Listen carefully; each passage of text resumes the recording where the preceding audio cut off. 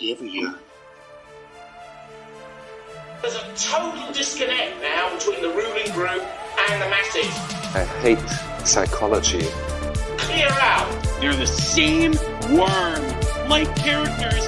Analysts. Fuck you with your stupid arguments. They should not bother us. Democracy. All of this just works. Vote for the generations who are coming. Fully dynamic game engine. A millennial video essayist. Always support strength, Constant craving. and identity. I haven't yearned.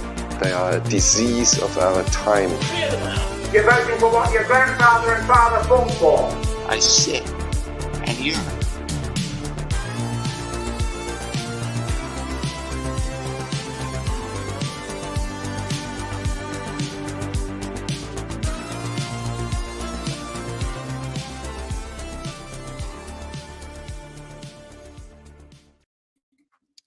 Hello everyone, and welcome back to another episode of The Longhouse, the weekly show for the sensible centrist. I told Ludwig Path just before we got on that there's a bit of a storm raging where I live, so I'm starting this stream crossing my fingers that everything's going to be fine, that I'm not going to randomly disappear or lose my internet connection or power or anything like that, but we'll just have to power through, as it were.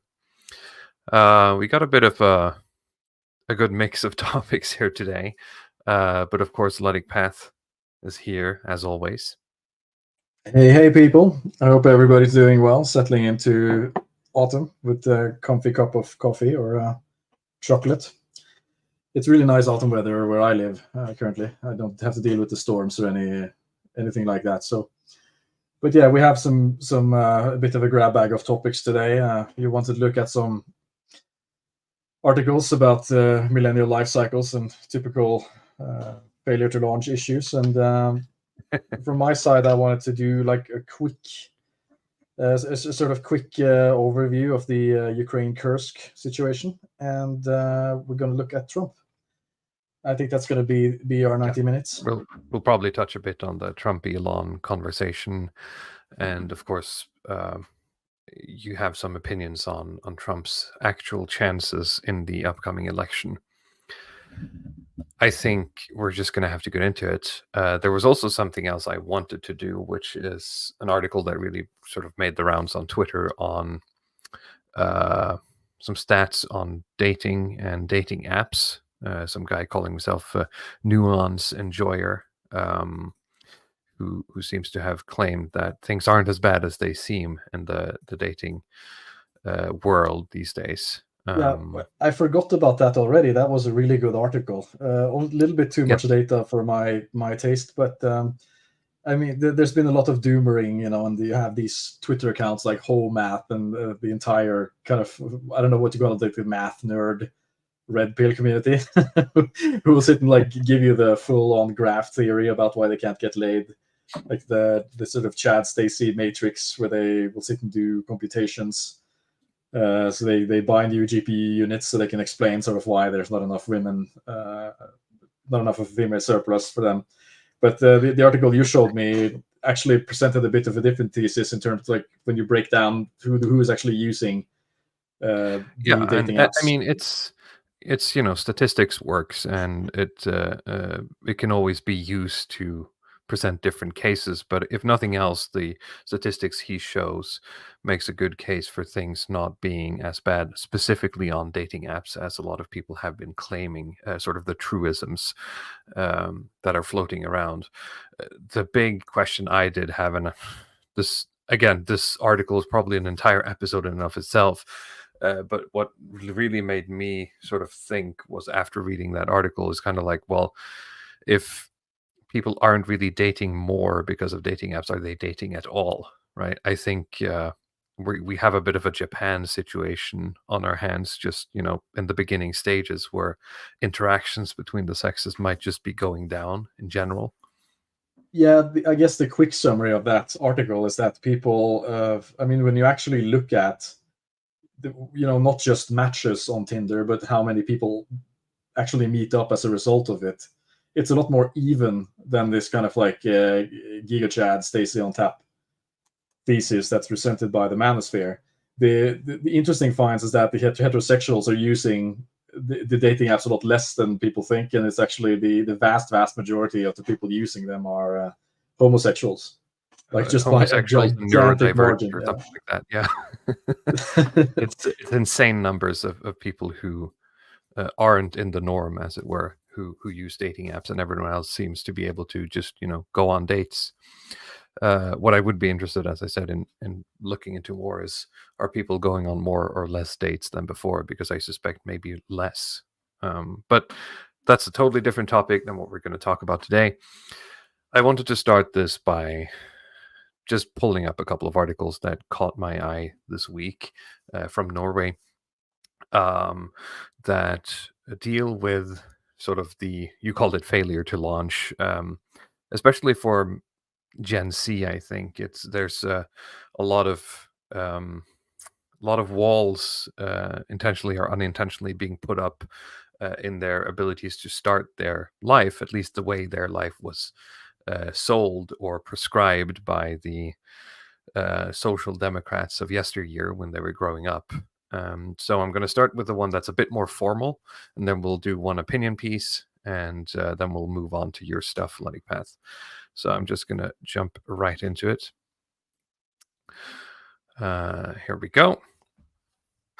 Requirements for equity on housing splits opinions. The Conservatives and the Progress Party are on a collision course. How do we save up equity with a monthly rent of 14,000 kroner? So you can pretty much, if you live in the UK or in the US, you can just sort of like divide that by 10, right? So that will be like $1,400. Actually, it's worse because because it's probably like a krona. You can probably divide it by like 11 or something like that, right? But quick maths, just divide it by 10. This is our old friend. We've talked about this guy before. He's very tuned into what the youngins are, sort of the grievance points are. The rising star of the populist right Progress Party on TikTok. Apparently, he's Yes. the sole reason why they're ahead in the polls. I mean, that remains to be seen. At least that's what's claimed in the mainstream newspapers. Right. And clarification for the international viewers: when it said equity here, because there might be a translation error, they mean a down payment, right? Yes. It's only called equity once you already have made that down payment in your house. So it's really the amount of cash that you have to put down before you're even eligible to get a mortgage for buying a house. Now, this is going to probably focus on Oslo, where the rent is a lot higher. And of course, someone is saying, wow, talk about cheap rent. I mean, everything is relative. $1,400 is quite a lot of rent for a single person in Norway. That is insane. In Norway. So he and the rest of the youth party or the youth board in the Progress Party do not have any chance to buy their own home as things stand. Now, I said to you, Ludwig Beth, that this is a very like polycule-esque photo. When I read it, it looks like one of those articles that float around. Was like, this woman has 3 partners, right? The way they're all lined up here. I just saw like a boomer joke panel about this on Facebook. Is that these polycules only work in theory, because at some point, like, you have to do the dishes, and she's going to be doing housework for like 3 guys. Very likely that's like no woman is going to put up with that. So there has to be a better balance, I think, in the sex distribution. Yeah. This weekend, the Progress Party youth organizes a summer camp in the southern part of Norway. An important topic is the skyrocketing house prices. All 4 in the youth party lack the daddy bank, as it were, meaning that they're able to either borrow or take an advance on inheritance or any direct support from parents in order to buy housing. What a lot of people will do as well is that they will, I think it's called cosign in the US, where a parent or someone like that will basically guarantee that the loan will be paid in lieu of the individual, which means, of course, that this parent is ultimately responsible for paying down that loan, but that's a way of working the system. We're hardworking, good young people. We have filled up our BSU account year after year, which is a special sort of like savings account for young people, especially meant for housing. But none of us have parents who can buy us an apartment. We come from quite ordinary families with regular incomes, says Velle. He has spent the summer moving into a rented apartment in Oslo. Most young people do not have parents who can sponsor them with several thousand kroner a month, hundreds of dollars. I'm concerned that an entire youth generation will not be able to enter the housing market. It makes much more sense that banks, on an individual basis, should be able to assess borrowing and abilities to pay. The regulations need to be ironed out, Velle says. So this is what this is about. They're basically calling to, over the past like 10 years or more, 15, ever since sort of like the housing crash in the US, the state here has sort of clamped down on how much banks are allowed to actually do. Like there's a lot stricter rules when you say, I want to buy a house. There's literal numbers and formulas that you have to meet. Otherwise, the bank really can't really do much. What they want to do is move back to a more sort of case by case basis where the bank can make their own mind up whether or not you are a good borrower. Morgan Relations. Sorry. I think everybody wants that, especially if you're at that age. You probably imagine that you're a better payer than you are theoretically, at least. Well, the thing is, it's kind of like most of, and if you asked me like 10 years ago too, I would probably agree. But the problem with a lot of these sort of like, this isn't very libertarian, but it is a libertarian sort of direction, right? The banks should be in charge of deciding who they loan their money to, right? The problem is that, as with a lot of these things, legalizing drugs, etc., while libertarian, it's nice when you're able to say, yeah, this should be liberal because I won't be taken advantage of or I won't fail, right? So personally, on a personal level, if I'm fine with legalizing marijuana, right? Because I know I'm not going to become a pothead, right? But if someone who's stupider than me goes and becomes a pothead because I legalized it, well, then what did I really do, right? I agree.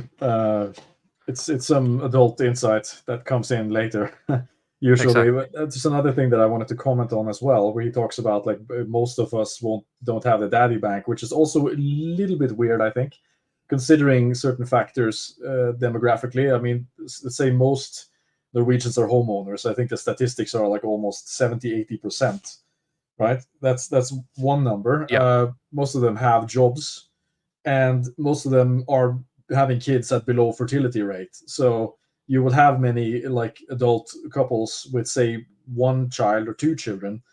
And so if you have your own home, you have a job, and you have 1 to 2 kids, in my head it makes sense that like the majority would actually be able to either co-sign or provide help with a down payment or at least some form of assistance in securing a mortgage for the kids. I mean, in my experience, it's more often than not, it's just that the parents won't do it.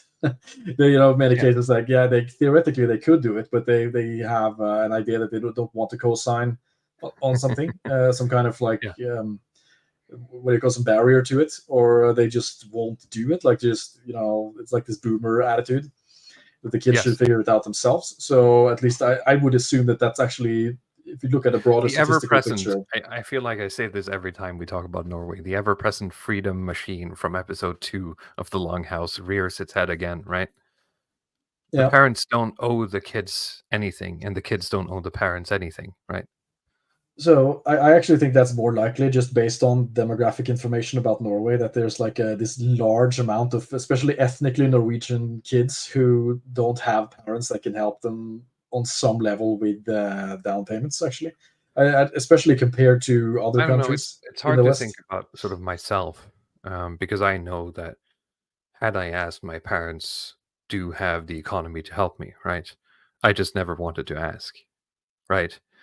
I think I've borrowed money from my dad like once, which was like I messed up something like 2 months after I moved out, and I had like 100 krona left on my bank account, and I needed to eat, and Yeah. it's like the lowest point of my life. I was like, Dad, I need some money. I'm sorry. And he was like, Yeah, how much do you need? And I was like, oh, 1,000 kroner. And he gave me like 2,000, and I paid him back. And I think that's any sort of like cash in hand or any specific money I've got. Of course, that doesn't mean that my parents haven't supported me, but I've just never wanted to like take money from them, right? Yeah. No, when I Um, bought a house with my wife, I asked to borrow money. Essentially, I asked for multiple things, co-signing or help or something. So I got a little bit of cash in the pocket and some more money that I got to borrow at a low interest rate. So it was sort of sure. a combo of things to make things work out And I don't financially. think that is something that should be uncommon or unreasonable necessarily. Like, that's the thing though, because what they're getting at here is that should an individual, right, who's like 20 years old, who more or less haven't really started their career yet, be able to buy an apartment in the most expensive part of the country? Like, is that actually something that we want to sort of politically make real? Yeah, and I also I get the impression that the banks themselves are becoming more stingy about the conditions. It's not just like a top-down thing either. So they seem to be, not really that willing to just borrow money, especially if they have a limited ability to bankrupt people. Which I know there are more protections about for that in Norway than there are in the United States, for example. And even there, it seems to be changing. Like in the 80s, it was just kind of a madhouse, as I understood it. You could just self-report income and get get the mortgage based on that. Get almost as much as you wanted. They would just throw money at you, and if you were lucky, you could make it pretty big. That's where a lot Yeah. of these, Robert Kiyosaki, Rich Dad Poor Dad stuff comes from. This kind of 80s money mania where the banks were just throwing money after people, and Yeah. everything was growing. So All right. Mortgage regulations state that banks cannot lend more than 85% of the purchase price of the property. This means that you must have at least 15% down payment when you buy a home. In addition, you must cover the cost of the purchase. For a homeowner, you have to pay 2.5% of the purchase price in document fees to the state. If you buy an apartment in Oslo for 4 million kroner, which is 400,000 plus plus, you therefore have about 60,000 in equity USD. Sorry, down payment. In addition, you have to pay around 10,000 USD in costs, and in total, the bank then requires that you have 70,000 USD at your disposal. The leader for the Progress Party, Sylvi Listhaug, she's dropped she's dropped like the, you remember when we did the election stuff and she was always in those trad dresses? She stopped doing that like a couple of months ago. I'm not sure if she changed some sort of like advisor or is they she a girl shifted. boss now, or do you think it's just No, she's back seasonal to thing? like the weird girl boss pantsuits. Hmm. Yeah. Um, so I'm not sure what that's about. Maybe like they got their target numbers of whatever demographic they were trying to get at into, right? So she's back on the girl bossing. The regulations should be removed so that it's possible for young people to get into the housing market. There are very many who have a good income, are doing well, and could invest in housing, but they don't do it because they don't have any savings or they lack parents who can provide equity, she says. She fears that the current arrangement will reinforce the bias between those who have rich parents and everyone else who has to save up before buying a home. The finance minister, Siv Jensen, introduced the mortgage regulation in 2017. At that time, the housing market was boiling. Now, the Progress Party believes that the economy is turned upside down with high interest rates and many homes that are not being sold. The left produces that the regulation will be amended so that only 5% down payment is required, and if the borrower's ability to pay is good, it should have no bearing on whether their savings are modest. Quote, if the bank says that this is a person who has a job and an income servicing the loan, the down payment requirement should not stand in the way of a first time buyer getting into the housing market. Well, I mean, sure, that's up to the bank ultimately, I guess, but that is a very dangerous gamble to make, right? And I mean, here's From the the bank's other perspective. issue, right? I mean, so it's really like the individual fairness contra trying to balance out the market in the long term. And the long term Yeah, problem is that, okay, say you're setting down the down payment limit to 5%. Okay, that's very nice in that individual case for that one person who wanted to buy the one apartment. But that also means that, you know, those people who already have a lot of cash at hand and who have rich parents can buy more. You know, they're able to borrow a lot more money. exactly. Yeah. And they will, you know, buy rental properties and just buy investment properties and keep pushing the prices up. So they make that And argument especially that, in okay, those high value areas, which is what we're talking about, basically the center of Oslo, right? yeah. It's always the same thing. They come out and say, well, what about the poor people? You know, they should be able to borrow money with less of a down payment. But the only thing that's achieved in the long term is that rich people come in with the higher down payments and just keep pushing the price up because they borrow more and more money. So it is Yeah. long term sort of healthier to have to ask for a little bit more of a down payment on these properties to avoid this kind of infinite property speculation that just keeps Exactly. pushing inflation upward. And it combats a lot of sort of like landlord, sort of like tiny, tiny landlord kings, or I guess counts would be the equivalent who are people who just own a bunch of like rental properties, right? In high value areas, they would probably just buy up more if those things were. Now, of course, this is for first time buyers, so it might just Yeah, regulate itself. they are, and like I mean, because of the increase in the interest rates and some of these reforms, I mean, the rental prices have also gone up quite a bit because it's more Yes, expensive to rent out, and there's fewer rental properties on the market, which is, but I mean, it's balanced against the fact that there are more homeowners. So again, I sort of see that they're upset. I just I don't have the stats here, but just based on what I've looked at, it's you know, it's sad. I get it, but there's kind of I don't think the problem it's is not. really You big can't just enough. wave a magic wand and give everyone a house in that area, right? There's no right way to do this. We gotta Disagreements. stop the Sorry. NIMBYs, and we have to be the WIMBYs. What do you call it? Yes, in my backyard. We gotta Yes. build more houses. I mean, I'm only slightly kidding because if that's where people want to live, you have to build a little bit more. There's been very constrained supply, especially in the Oslo area, and I think that's true, I guess, in the Western world with these highly attractive areas. The people who live there already, they don't want their prices to go down or see any kind of deflation in their savings that they have in their equity, so they keep resisting uh, more houses being built. Yeah.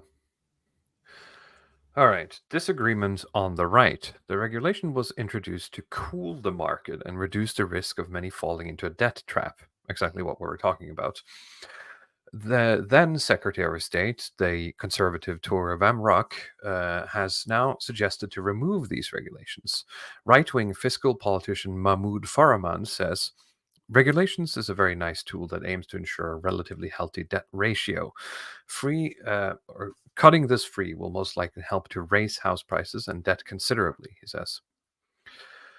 It damages those who struggle the most. According to Farmand, house prices will increase if more people have access to take out mortgages. Removing this regulation completely will hurt those no one wants to help the most. Sorry, hurt those one wants to help the most. That's basically what you're saying. The Conservatives also opens to increase the, quote, flexibility quota. This is a quota that banks in the metropolitan areas have, and it's used for loans that do not meet ordinary requirements. In this, the banks can show a little more discretion. In addition, the party will await the financial department or something's annual assessments and advice. Lismag disagrees with the Conservatives. I have experienced this myself, and it was my way to get into the housing market. If we remove the regulations, the more people in the next generation will have the opportunity to enter the housing market. And then the paper asks, who wins if you form a government after the election? assuming that the sort of the right side wins because it's a disagreement here. She says, there are several opinions on the right. I hope as many parties as possible will be able to turn around and see it our way. I think it will help many young people who have come to work and who see that the money moves into rent instead of paying down their own loan, she says. I'm not going to talk about that. It's just the current finance minister who's just considering it. Not very interesting. So this is a bit of a technical sort of analysis on this. And there was also a opinion piece written this week in the NRK state media, basically BBC, by this woman here called Lina Bu, who styles herself as a millennial. That's her title in this article. And she calls this article the Millennium Revolt. She says, we are a generation of young people who have been fooled. Young singles have to choose between their butter and their bread, while politicians wonder why more young people are not having kids. It costs a lot to live alone. Hilde Nagel encouraged a singles rebellion in her chronicle a couple of weeks ago, which basically talked about how the government is basically spending too much money on families and should be spending it on single old people instead. Apparently, it's a very bizarre article. It's literally like she's using like Sex in the City as the photo. I'm not sure if this is the media doing it or if she submitted it with which is basically more than 1 million Norwegians live alone and the number is increasing. Children's families are given priority time and time again. Boo fucking who. Let me just run this through the translator again. And Andreas Farberg replies that couples with children has to come first, probably just citing, standard statecraft. I haven't had the time to translate this article. Of course, families with children should be given priority. But should not we who have not met anyone to share loans with also be able to live reasonably good lives? It is not easy to leave a relationship in a culture that presupposes a couple's economy, meaning that you have joint accounts, etc. I have done it myself, thanks to parents who covered the moving car, what's the moving lorry, like the moving vans and moving companies. Yeah, I don't think whatever. they have. This is very strange. It's kind of like I made this article. I hate to sort of it tends to be this way whenever we cover articles, opinion pieces from women. But this is also one of those articles where it's like, well, hang on a moment, let's look at the choices you made, right? This isn't something that just happened to you, right? You made these choices. The rebellious thoughts of many young singles are not unfounded. You have to schooling or punishment, I suppose this is saying. My generation was told. We, at least, especially here in Norway, we also got a lot of the sort of 90s, early 2000s Blairite rhetoric of, education. And that was something that was really pushed here as well.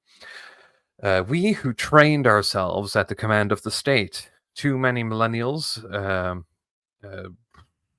What is this article? Let me just double check the original so that I don't mistranslate it. To many millennials, a generational uprising is way overdue. We are the generation born between 1981 and 1996, i.e. we are 27 to 43 years old. As Nordan in the chat says, millennial, young. We're today's fruitful and ready to work, or something like that is what she's saying. We were suggested that if we sacrificed our childhood for schooling, if we went to university, we got a sensible education and landed a permanent job, everything would be fine. We would be able to establish ourselves with a financial security that defended our academic years below the poverty line, meaning that you'd bounce back up, right? But it turns out that that wasn't meant to be. After 6 years at university, 3 degrees, and 4 years of relevant work experience, I got a job as a natural science researcher in the state department. My salary is 525,000 Norwegian kroner, which is, well, I guess that's a little bit over, maybe it's like 55,000 something USD. And it provides me a monthly payout of about 30,000 kroner. And well, I mean, there's a story in the 3 degrees and 4 years of relevant work experience, of course, but what kind of degrees? Like, what does she do for a living where she needs 3 degrees to work as a natural science researcher for the state? I think she's been floundering around a lot, usually Yeah. kind of not figuring out what she wants to do, and then moving on to Yeah. something else. Of course, if you work, the people who work in the State Department are paid less than the private Yeah. sector typically. I mean, mean- it's not a bad salary on its face, but in Oslo, it's not great. It's a bit on the lower end, but it's also a starting salary, right? When I started out working, I started out at considerably less. I think I started out at least 100,000 below that. Now I quickly rose once I proved myself, right? And my salary now is more than double that, right? So complaining about your starting salary is kind of I don't know, it's poor form, maybe. But I also did a degree, mostly because none of the jobs that I looked into wanted to sort of hire people who didn't have any experience, or sorry, any accreditation, which is, of course, a common problem because the state funds, your bachelor degree, then the value of a bachelor degree becomes nothing. So I did like the minimum I had to do. I did courses on the side that were in like the specific programming languages, whatever I wanted to do, that I knew sort of the market was asking for. And I got a job straight out of college, and I didn't want to do a master's degree because why would I? I can just make money, right? I didn't want to spend a minute longer than I had to. But this woman spent a lot more time in this sort of thing, and fair enough if you don't know what you're going to do, but maybe taking up a massive loans, figuring out what you're going to do isn't the best way of doing stuff. I sound like Dave Ramsey now. I assume she had a lot of fun. If you live in Oslo and I hope live she as had a lot of fun. you live as a student, your life is probably not boring, right? It's actually kind of a luxury type lifestyle. If you look at, say, you compare. Oh to how yeah, I people know. live I have globally friends or who lived yeah. it, right? I know exactly how it's like, but it's also very stupid if it doesn't end up in a high-paying job, right? Yeah, you have to at least figure out a plan on how to deal with that if you're going to stay in Oslo, right? Because it's expensive, and but it's not unusual. This doesn't matter where you are. These city centers, these capitals, are expensive, and the closer Yes. you are to the action, the more money it's going to cost to simply live there.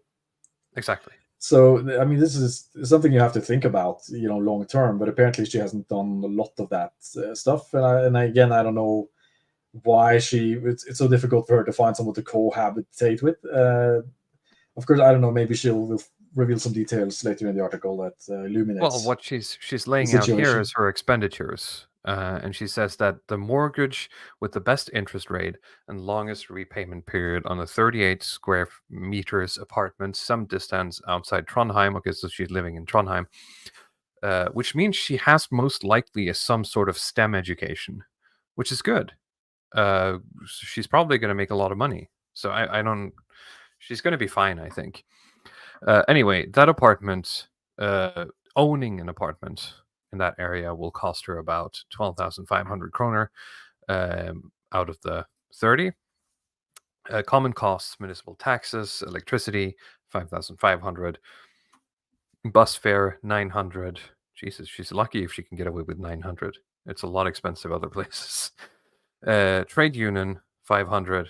You don't necessarily need a trade union, but yeah, sure. Maybe you're doing it for like some other sort of perks. Products for stress-induced chronic disease, 2,500. What's Student that? loans, Is that like the crystals and the coconut oils and I don't know. $7,000 on candles. Please help, my family is starving. my incense. I don't know what this is, but apparently it's something she needs.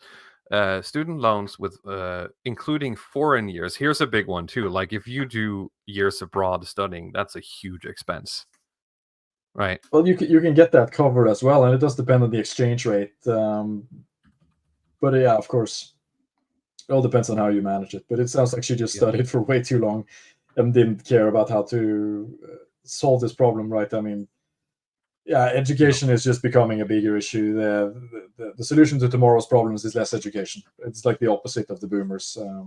Yeah. I mean, I don't mean actually like you're not supposed to learn stuff, but but not like spending too long in these formalized institutions. education. Yeah. Student loans, including foreign years, but also this is translated to science and ratios. That's not it, but I'm not sure what she's actually saying. Looking at the original, it's something that I think it's been like STEM courses that she's done in addition to her other stuff, which means that she pays 3,600 in student loans alone, which is about twice as much as I paid in my student loans when I left university. So I mean, she hasn't done herself any favors here. What remains is about 3,000 Norwegian kroner, $300 for food, drink, insurance, dentist, retirement, savings, clothing, health, and household. I don't expect to go to the hairdressers every week or take a vacation, but what does it do to young singles when they're not able to visit people or go out and meet up with their friends or, let's say, dating?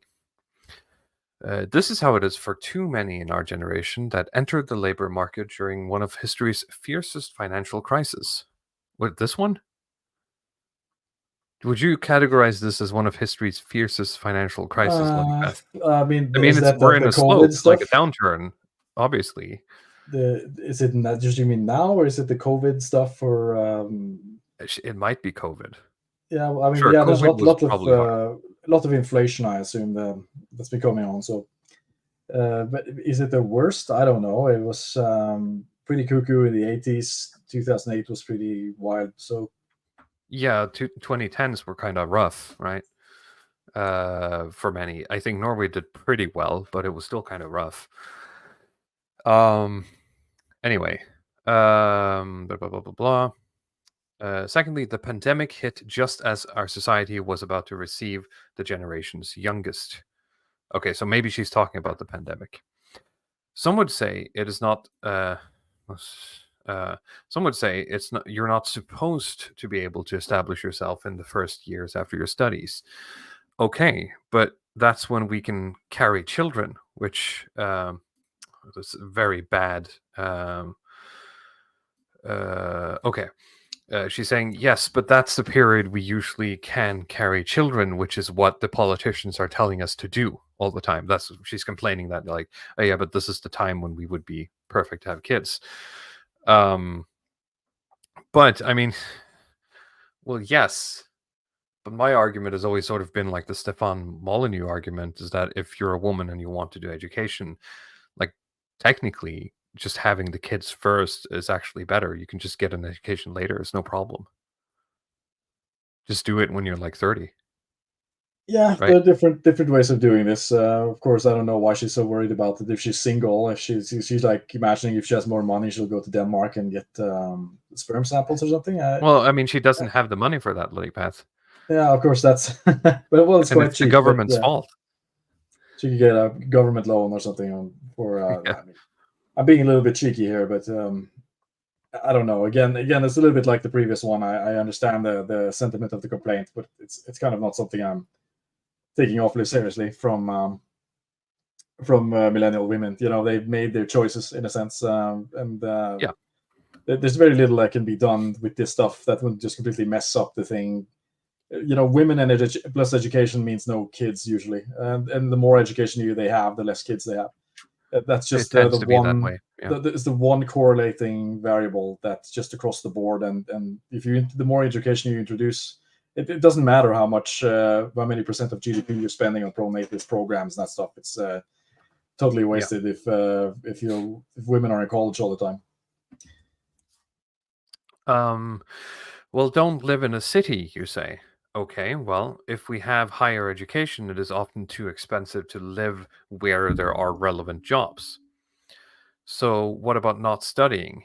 Um, blah, blah, maybe, but the air is still heavy in the study halls after everyone who thought that, who was told they had to. What about not working for the state? Okay, but should Norway be run on free labor? Should this nation be basically closed down? Propagation politicians. Let me see. Yeah, propagation as in politicians who are pro-natalist. Pro-natalist politicians such as Erna Solberg, Vedum, and Toppe, which is like, she's calling them pro-natalist, but that's literally sort of like the most centrist position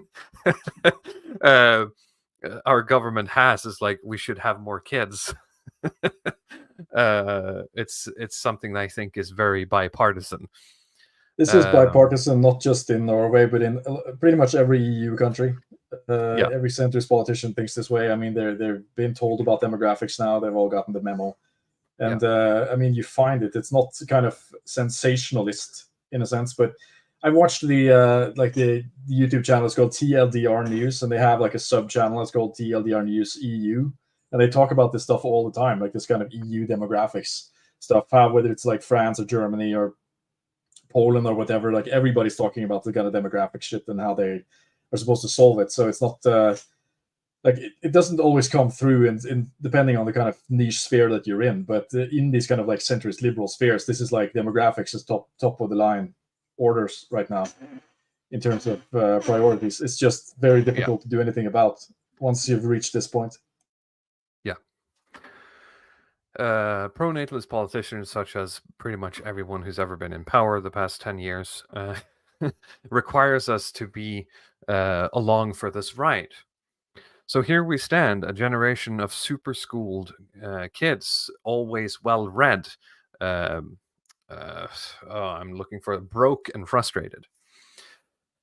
The bank just laughed when I asked for a mortgage, even with the union rates, zero notes, as in zero marks, sort of like, what's the word I'm looking for? Like any late payments, zero late payments, and a down payment after cohabitation and housing sales. Low pay and large, too low pay and too large student loans, they said. That doesn't make it quite easier for me to live alone.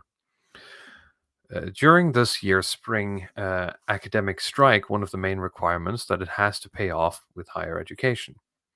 Well, that's a very vague demand. I myself began in a permanent job at the age of 24 and do not think the pension's prospects look particularly bright. In this year, I was looking for an extra job. It didn't happen because soon I was on sick leave due to burnout. Thus, the holiday money disappears, and the buffer that causes, along with the buffer that causes this hamster wheel to go around. It's a bit of a weird translation. But essentially, I mean, she's right. She's right in a lot of her complaints, as you're saying, Lilypath.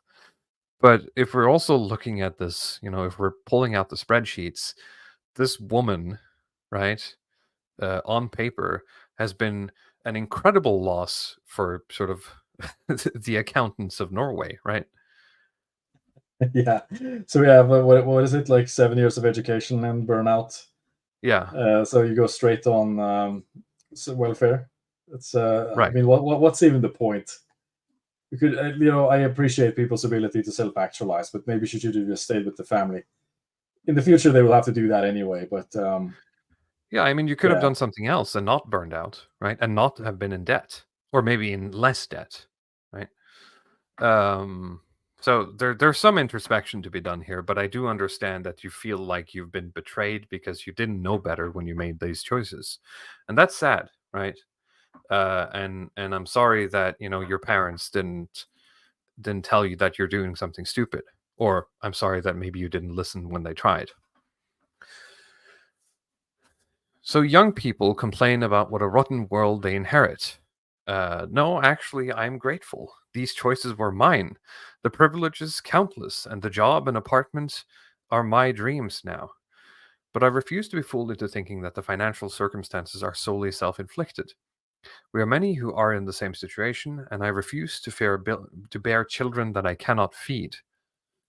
Well, that's yes, right? Um, there are many who are in your situation, and there are many who cannot get out of that situation that maybe they put themselves in because of financial circumstances that, or sort of, once you're in that situation, you're not able to get out of it in any sort of good way, and that's because of quote unquote the system. But on the other hand, that's no reason to not have kids, because there's, just down the street from you is some immigrant from God knows where having his seventh kid, right? Muhammad wants 8 kids.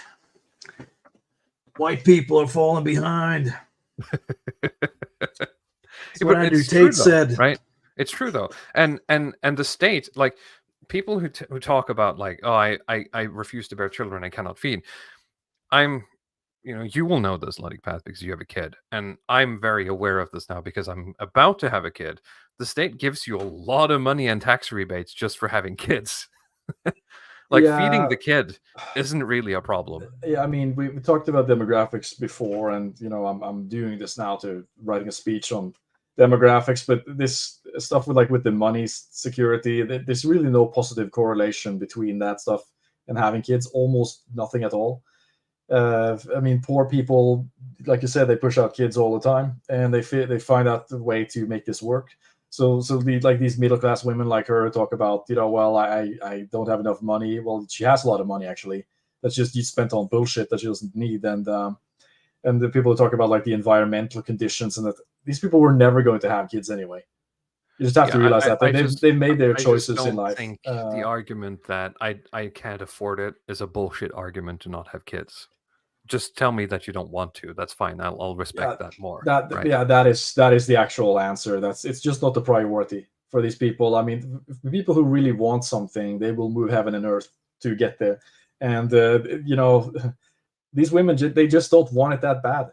They just don't want it that badly, and you see it. Like it's like this bottom priority after they spend money on all this nonsense. Right? That's fine on a political, social level.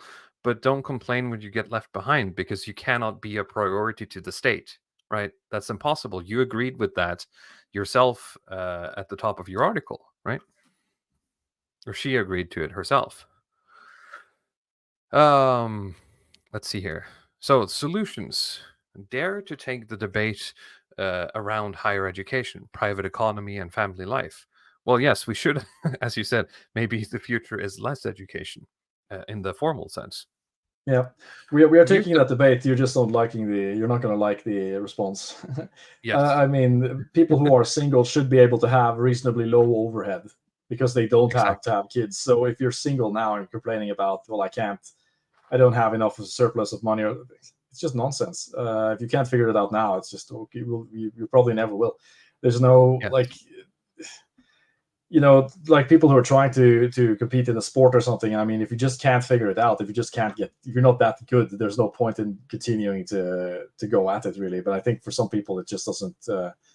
There's no light coming on. Eventually, there's no awareness about it. They just kind of keep trudging along. So we're probably going to see a lot more of these articles, but nothing's going to be done for these people.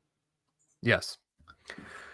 So we have to dare to take the debate around higher education, private economy, and family life. We have to mute the missionaries who urge young people to take master's degrees when they have neither the desire nor the opportunity to study. Use the resources of vocational schools and employers who offer on-the-job training. I agree wholeheartedly. So many jobs can be on-the-job training or vocational. Labour Minister Tonya Brenna a few days ago told us that, quote, it's an important investment that more people take higher education. In that case, we should freeze the interests on student loans. Let the rate of payment reflect the salary, as in Great Britain. That's always a bit of a slippery slope, because the U.S. also has the reflect the salary thing, and what that leads to is a lot of people essentially just being slaves to the student loans, because they keep paying on it, but they're actually not making a down payment, right? They're just maintaining the loans for like 10, 15 years, and actually the loan balance has gone up, right? All right. Yeah, the UK is not a good example for this economic stuff. If you want to take Yes. any, you want to copy solutions, then don't look to them. Have you seen Britain lately? See, expand the action zone for the deletion of student debt in the districts, which today only applies to some parts of northern Norway, meaning that the state will literally forgive your student loans if you move to the middle of nowhere. Limit your solutions to 1 degree debt to signal that 1 degree should be enough for viable salaries. I'm not sure if there's anything more here, but she's basically making a call to action that we need to change something for the millennials. We got burned out, we got fooled, and we've spent probably too much time on this. It was fun, but Yeah. I think go over to what you wanted to talk about. Honestly, we might have to cram some content or go for 2 hours, because it's there's a lot of stuff to talk about. We'll see. Maybe we'll just do the Trump stuff. Let's see if I can share the Copenhagen stuff. Yeah, they should move to the north. That's the I keep solution. forgetting that Nordanon is from the north. Yeah. But yeah, no, I'm not even kidding. That's what she should do. And think about her actions a little bit. Get some time away from the big city. There's probably Reflects. no nature research positions in the state and in the northern Norway. She can And work when I say that remotely. out loud, there has to be some, right? It's huge, like nature stuff there. Whatever. I'd take a teaching position or something. I mean, is it that difficult? There's there's enough demand. So that we're just Right. Let her rip, switching buddy. gears a little bit. I don't know, if we're going to meet the deadline, that we're going to have to do stuff like really quickly. But I wanted to spend more I'm stuff. fine with stuff staying a on bit the longer. Trump stuff. If you're fine with, maybe we'll stick around a little bit longer. But Let us know in So the I was, chat if you want Longhouse. they have no choice. The chats don't. It's not a democracy. But yeah, what's been going on, at least that I think is significant. I mean, the world is a madhouse currently, right? I'm sitting on Twitter and there's just new stuff coming up all the time. We could have probably filled like 5 hours of Longhouse content just based on all the nutty stuff that's going on around the world. But something I thought was significant and I wanted to do a little bit on was the Kursk incursion. For the people who are paying attention or not paying attention, because there's happened something significant in the Russo-Ukrainian war. So I think it started maybe on the 7th of August. They could correct me if I'm wrong, but there was a sort of incursion, or what you call like an invasion from Ukraine, where they pushed. Let's say it's an estimated between 5,000 to 10,000 troops from Ukraine and move them from the front lines into Kursk, right? And of course, this is something. Like their first air bombings or whatever, like ever in this conflict, I think. Yeah, I mean, there's been some talk that they've been using the F-16s that they've gotten delivered as air support, but I haven't been able to confirm that. Actually, in 2023, they also tried to do a similar thing in Belgorod, but they failed. Actually, using parts of the Ukrainian army that actually sort of did like these Russian separatists. I didn't know about it, but like they have like a Russian separatist kind of like Chud army. I wish I had the name of them, but they have this. They're basically fighting for Ukraine because they hate that Putin is making Russia multicultural. They don't like Jewish Zelensky either, but like they think it's worse that Putin is Islamizing Russia. Kyle Malone says, "Oh shit, Ludwig is talking about Russia. Here we go again." It'll be quick. I've seen the slide deck, and I don't think the focus is going to be purely on Russia. It's gonna be. I'll be reasonably quick about this. Let's see. So I mean, there's been very little information that's come out of Kiev, the Kiev regime. So the only documentation of this stuff has been through like this kind of C bloggers who are blogging on Telegram. There's also been like a lot of these conservative narratives, because that's what you're getting on Twitter, right? The B plots that I've been talking about for the Ukrainian war has always been the nukes. And I mean, I talked about this in like early summer in June, that you had these people freaking out because of escalations in the nuclear situation, and then people now have the idea that this is like a NATO sanctioned invasion of Russia that's going to lead to nukes immediately, and they're wondering sort of why we're not seeing more press conference like that. Nobody is covering this outside of the people who are actually interested in the Russia-Ukraine situation, which I find quite interesting myself, to be honest, even though I don't think the threat of nuclear escalation is that immediate. It's kind of, how is it AA who says that sort of the US is kind of done with Ukraine, news cycle wise. I think that's a big part of it, because mostly I've just seen it from people who are like the armchair generals. They're the ones who are still posting about this, right? Yes. Well, I mean, my view has always been, it's not always been that, but the more I'm reading up on the Ukraine-Russia situation, that like the US has never really been that into Ukraine in the first place, which I think is very counterintuitive to the perceptions that a lot of Americans have, that this is like, they think this is like the die-hard thing, especially for the Democratic Party, to run the kind of Ukraine, like the Ukraine Zionist project into Russia.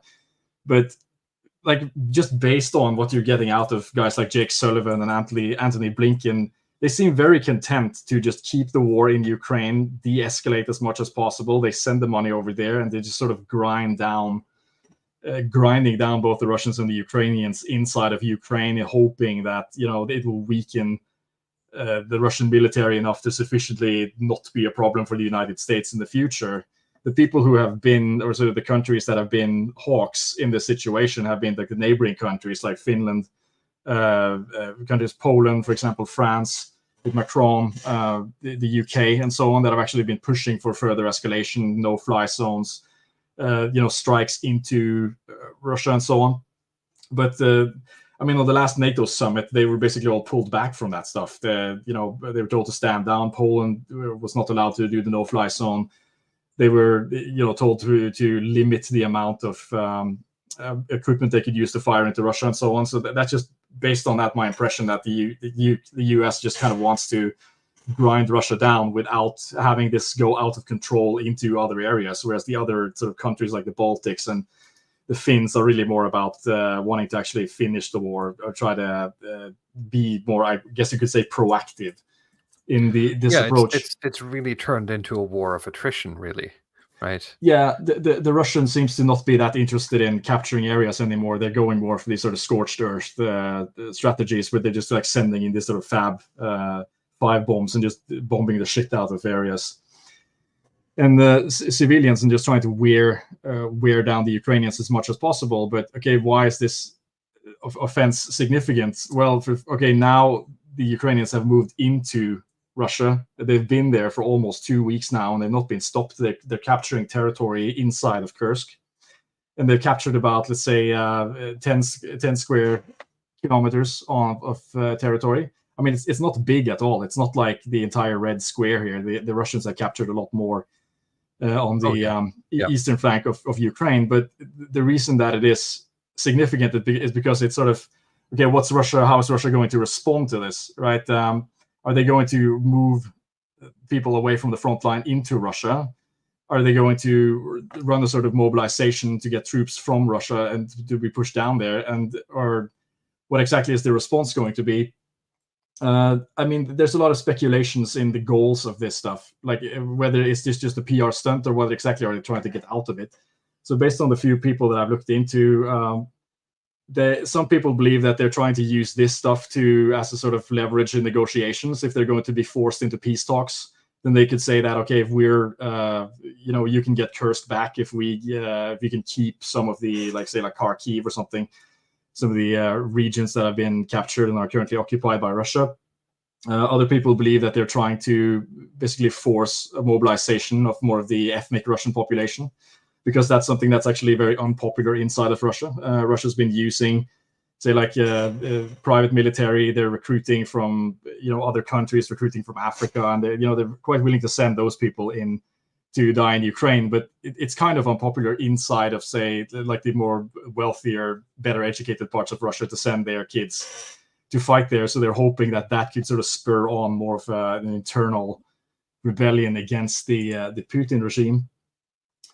But we could look at what's been the actual response from the Russian side. I mean, on the internet, it's really just been radio silence, I think, almost for the first 5 days, because I follow a lot of these either pro-Russian accounts, the Russia shill types like Jackson Hinkle, George Galloway, and they've almost said nothing about it. There was just radio silence for a couple of days. Some of the pro-Ukraine types report that there seems to be a lot of spamming of porn under the Kursk tag.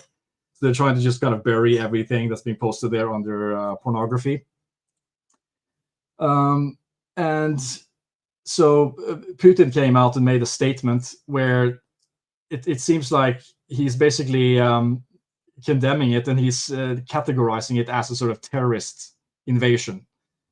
So people were sort of expecting that they were going to be crushed either by the Russian military or that they would have a nuclear escalation. But what they actually have done is sort of to taken trade deals off the table, and they've gone to the UN to complain, basically, about being a victim of terrorist attacks, which is quite interesting.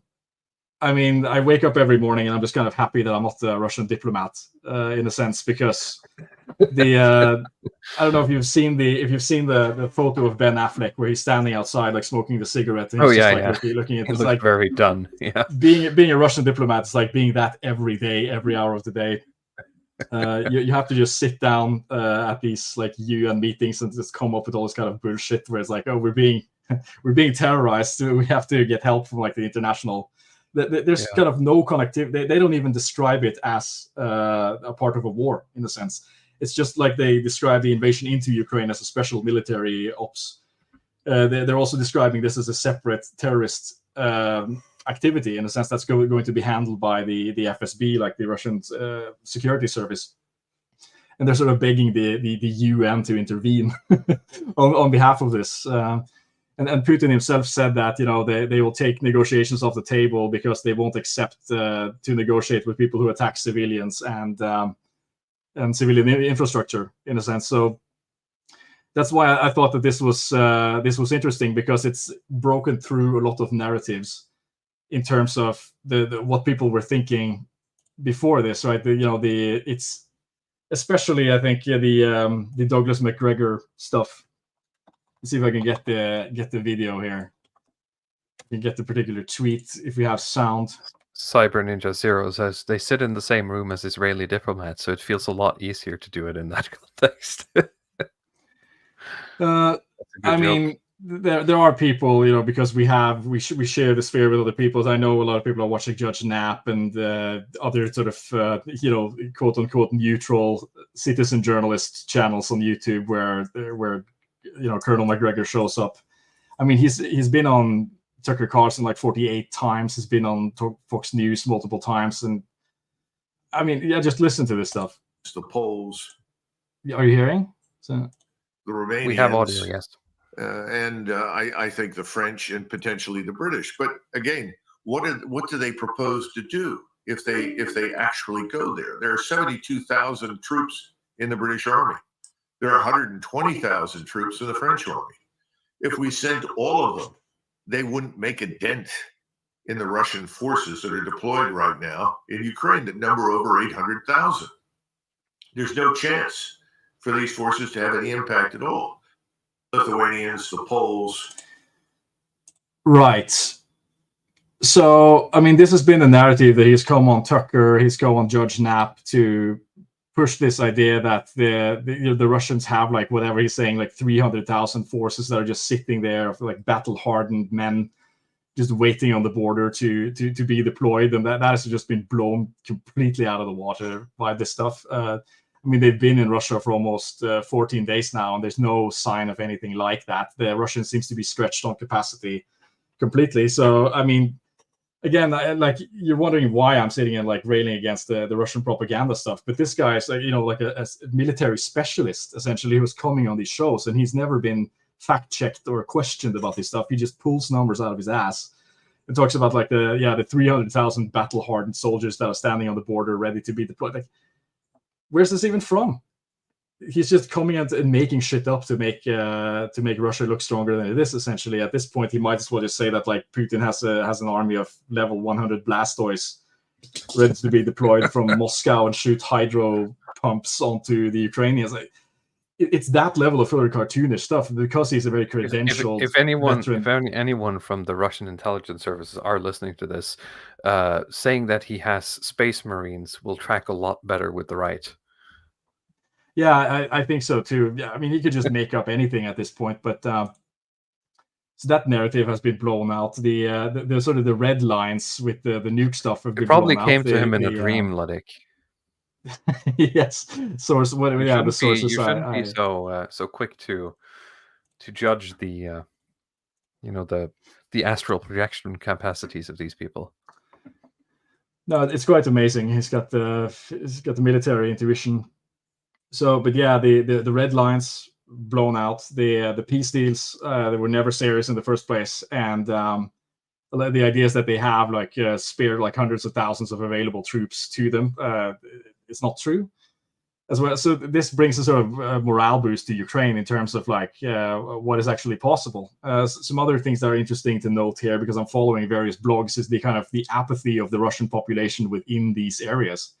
Because there's been seemingly no sort of uprising against the Ukrainian troops coming in. They're not being welcomed as liberators or anything. It's really more of the Russian apathy that I think a lot of people are reacting to. They seem to really not give a shit what happens to them either way, to be honest. So, I mean, it is coherent with some other ideas. I was talking about this earlier on Twitter, where the discussion about free speech in the West contra Russia and so on was being brought up. And I mean, in Russia, depoliticization is a pretty big deal. It's a pretty big thing where people are more or less sort of encouraged to not give a shit about politics. In a sense, that's kind of some people paint that as a kind of libertarian thing, but it manifests really more as just straight up political apathy, in a sense. Like, you're not supposed to care about that regardless of what happens. So it'll be interesting to see what comes of this stuff. Hopefully, if we're on next week, there'll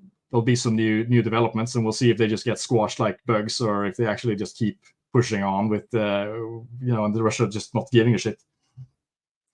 But yeah, I think that's enough of that. We should take a look at Trump now.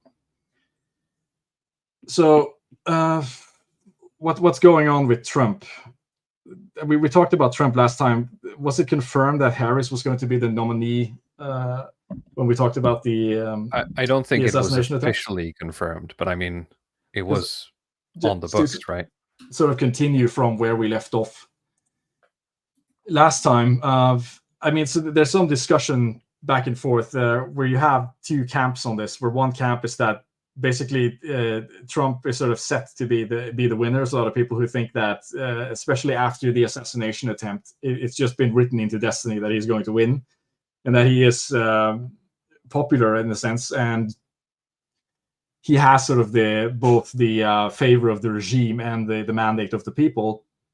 Whereas you have other people in kind of the more right-wing spirits that have taken a bit of a different look at it. For those of you who haven't watched it, I recommend you check out the Keith Woods video, where he made a Substack where he went sort of in depth to look at the difference between the Democrats and the Republican campaigns using the 16 keys model.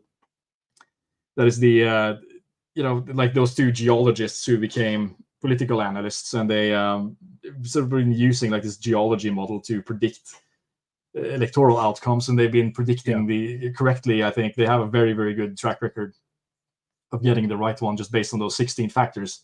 I don't have all of them here, but I mean, I just had some notes myself that kind of didn't overlap or weren't covered by the Keith Woods model. But just to summarize, he has Kamala winning the majority of these keys, but says that it's possible for Trump to turn this around if he's able to change the emphasis of the campaign to focus on independent white voters instead of trying to grab larger segments of the minority market. In a sense, that is the conclusion, which is, I mean, it is interesting because that does seem to be much more in the new sort of Trump coalition this time to have. Like you have the black male market, for example, trying to appeal to black men, Hispanics as a part of the coalition, and Hindus, weirdly enough, seem to be quite big on Trump. So there is Weren't there new last time as well some like Indian factions in like India, quite a few like worshipping Trump. I think this is a different cast of Hindu, but yeah. Yeah, I don't seem to know recall something. why it's like that, but they seem to have a disproportionate share, both of like, you have conservatives marrying Hindus, like J.D. Vance. I think some other famous conservatives have done that, or you have these superstars like Dinesh D'Souza or Vivek Ramaswamy. They're sort of always coming in at the right moment if they're going to emulate the Reagan stuff, where they want to do the post-truth populist political entrepreneur shtick. Then that's also seemingly a part of it. But so, Sure. I mean, I just wanted to give like my own 2 cents on this stuff, that the things that are not covered by Keith, and that I just sort of noted down myself, looking into it a little bit. Because I mean, now we're seeing, Kamala has been chosen to be kind of the new, what do you call it, like the presidential nominee. I don't know if there's going to be any changes if they go into this, what do they call it, the DNC stuff. I think it's basically set now, right? Can people correct me on this?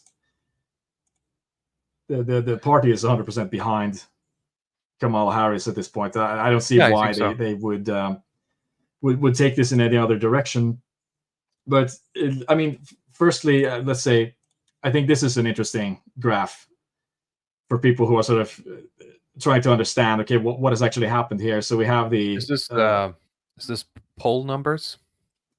Yeah, I think this is sort of regular poll numbers, or sort of an averaging out of poll numbers. And what you're seeing here is that Trump has been in the lead for quite a long time, especially against Biden.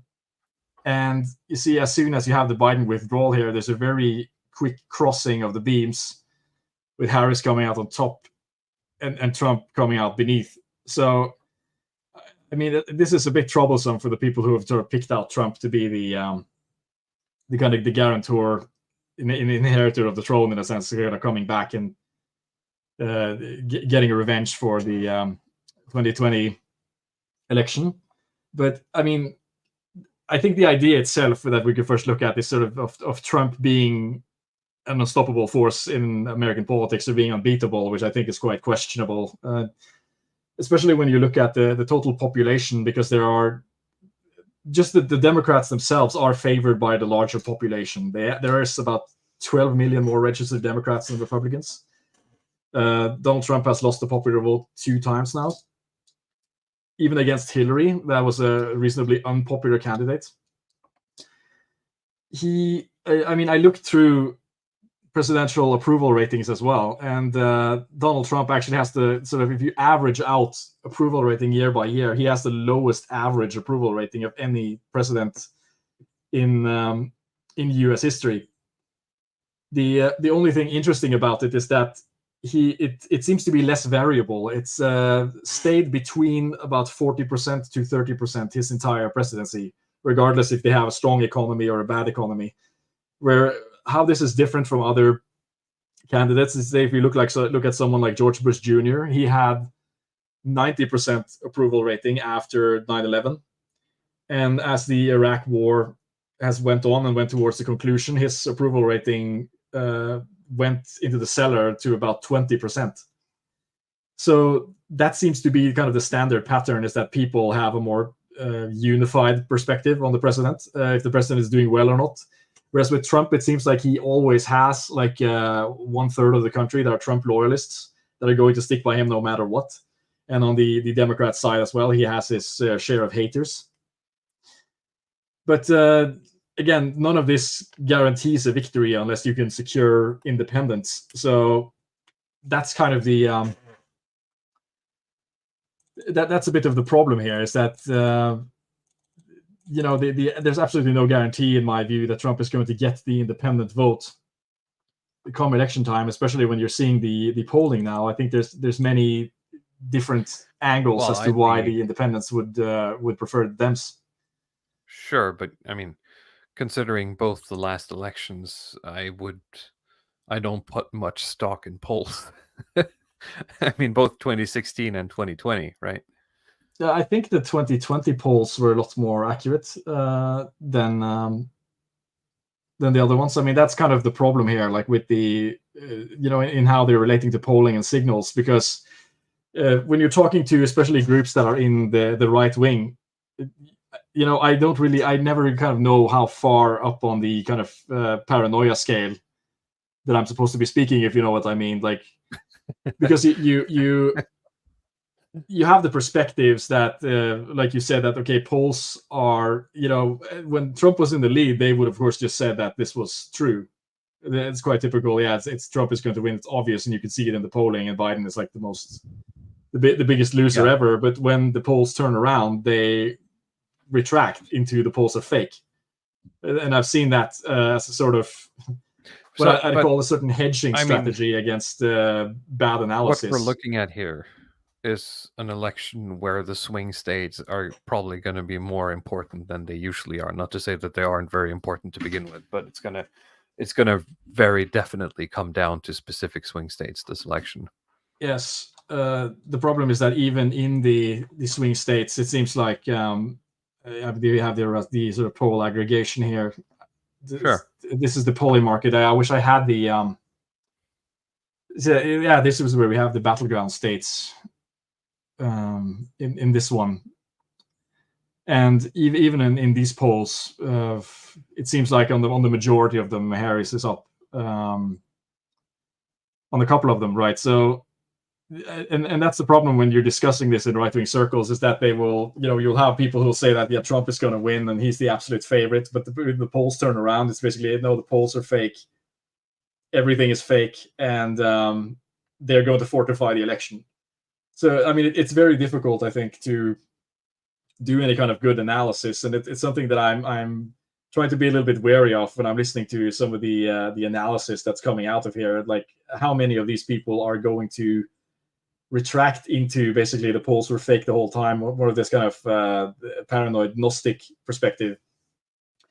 I can jump around a little bit in the in the slides, actually, because there are some relevant tweets for this stuff. Let's see. I mean, we brought up tweets from Pete Quinones previously, but he's saying that the polls are lies again. Everything is AstroTurf.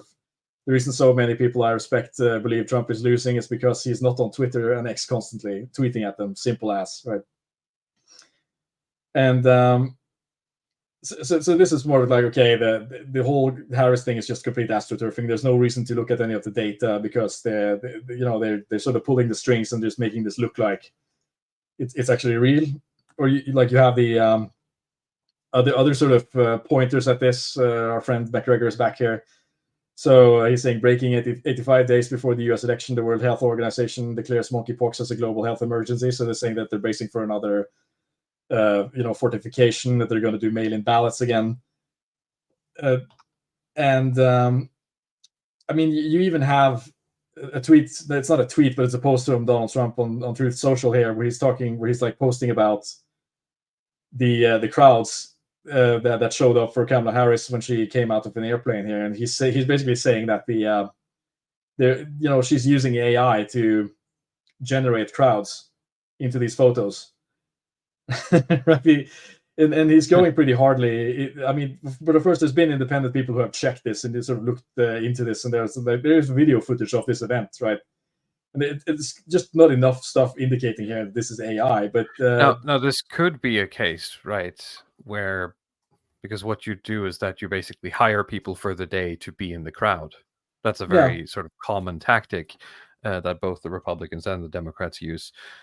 But I think focusing on it being AI, it just adds another layer of complexity and confusion, don't you think? Yeah, it really does. And I mean, at least to me, this seemed like a totally real photo. But if you're going down, starting to open that box of basically what the opponent is putting out as AI, there's the question: where does it stop, and how much is this going to be pulled out during the election? Essentially, to accusing the other side of just AIing in shit, in regards to astroturfing. I'm not sure, but if we go back to, let's see, Quinones again, who was saying that the problem is that Trump is not on Twitter, and that's the problem. Well, I think he's saying that the people on Twitter no longer believe that Trump is going to win because he's not tweeting at them. And to be fair, he has lost a lot of his reach through Twitter because places like CNN, etc., learned after 2016 to not platform Trump, right? Yes, and that's one of the things that I wanted to talk about in the kind of edges that I think Trump had that got him to win the 2016 election, which is one of them that is kind of the media handling. And that Trump came out as a candidate with a more, let's just say, a lot more of kind of a tactical, rough approach to politics that I think nobody was used to. Yeah, they'll say stuff like, everybody's playing checkers, but Trump is playing 4D chess. But in reality, like, the other people were trying to play chess, but Trump was punching them in the face. And they were not prepared for it. But now they've sort of learned, and seemingly the strategy that the media prefers now is just sort of the don't feed the troll strategy. I think the media is doing two things. So talk about the mainstream media. They're trying to reclaim credibility by being less adversarial and just more fact-based. At the same time, they seem to really slow down and almost throttle Trump content to a certain degree, that it comes up slower.